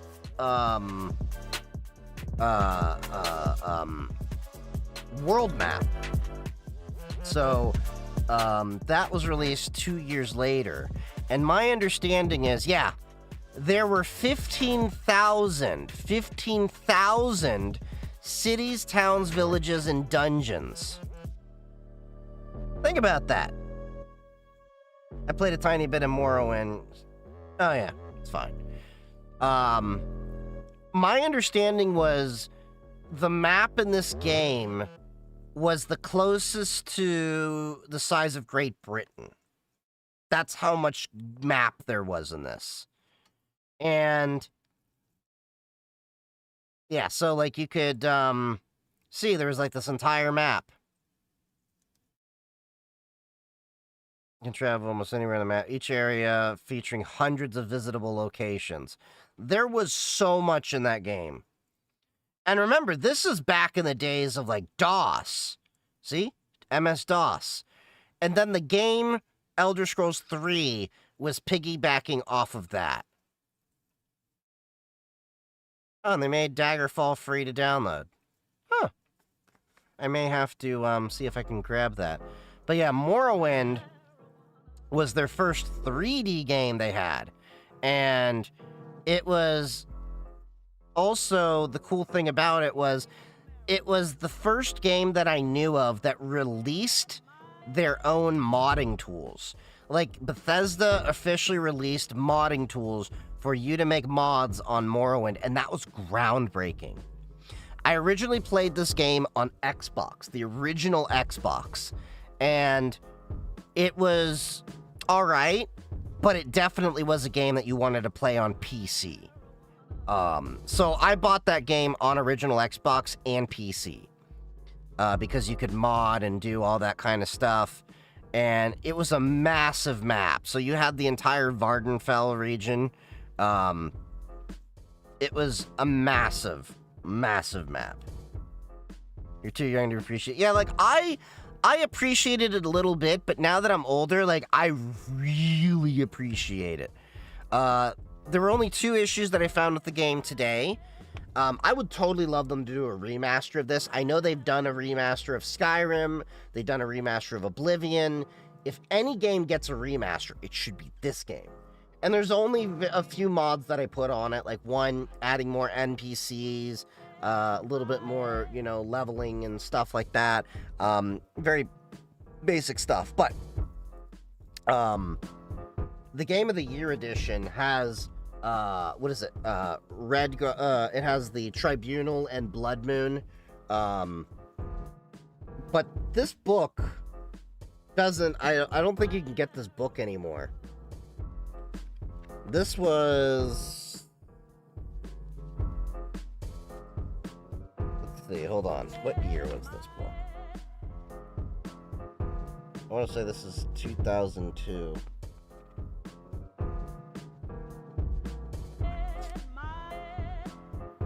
Come on. say? Am I just blind? Copyright 2003. Born 90. Yeah, I was born 91. But yeah, I really love Morrowind. I definitely need to get back to playing that. We'll probably have some nights where we chill and play that and some other games.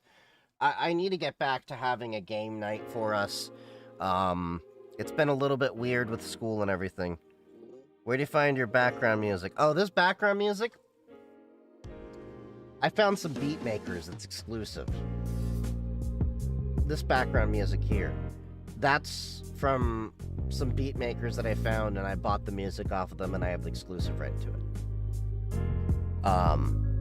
Now the music that I use for my videos on YouTube, those come from upbeat.io, just because it's easier to, you know, make sure the license is okay, and I've already run into a few copyright issues where I had to fight the copyright, and this is easier because I actually have the license to it, and then Upbeat will clear me for it, and yeah, because I'm already dealing with copyright trolls here and there. I have a copyright troll that actually took a bunch of popular sounds like Xbox boot up sounds, PlayStation sounds, all that, threw it up to YouTube Music so that they can copyright a bunch of other videos, and I fought like 3 of them so far because there's like some BS things, like it's finding the hard drive crunch and the Windows boot up sound on my streams when I start. I have a little Easter egg there doing that. But yeah, so upbeat.io, uppbeat.io is where I get a lot of my music. I pay a license, I think it's about like $80 some odd a year, so that I can use all the music I want from their stuff. But yeah, this music you hear on stream and everything, that's exclusive to me. You won't be able to find this music anywhere else.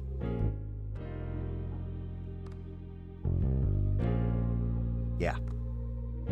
I once upon a time used to, you know, do some audio producing with friends back in the days of COVID and everything. Because that's just how it was, you know? We had a lot of time to kill. But with that being said, it's getting to be a little past 10. I do have work tomorrow. So make sure, if you haven't already, follow me on all of my socials. We also have a Discord and a Matrix server. You're more than welcome to join and be part of the community. People are welcome to share videos they want me to check out over in the review on stream section. If you're wondering where those videos are, it's in the Discord. But yeah, follow me on Blue Sky, Mastodon. There is a new YouTube video that will be released tomorrow afternoon. The tomorrow holiday. Well, that's another reason why I hate my job. They don't give us a lot of these federal holidays. It's bullshit. I agree. Like, there are many reasons I want to leave this job. So, as far as I'm concerned, they can go F themselves. But I gotta be at work tomorrow. Not in person, work from home at least. So I don't have to put pants on at least. And then there'll be another stream tomorrow. Tomorrow we'll probably be doing some gaming. I need to get back to doing the gaming streams. But I do need to get back to my classwork and everything. But yeah, make sure, if you haven't already, follow me on all the socials. There'll be a new YouTube video tomorrow. And join the Discord. Join the Matrix servers. I love y'all. Stay safe. Stick around for the raid on Twitch. And I will see you all tomorrow. Happy hacking, everyone.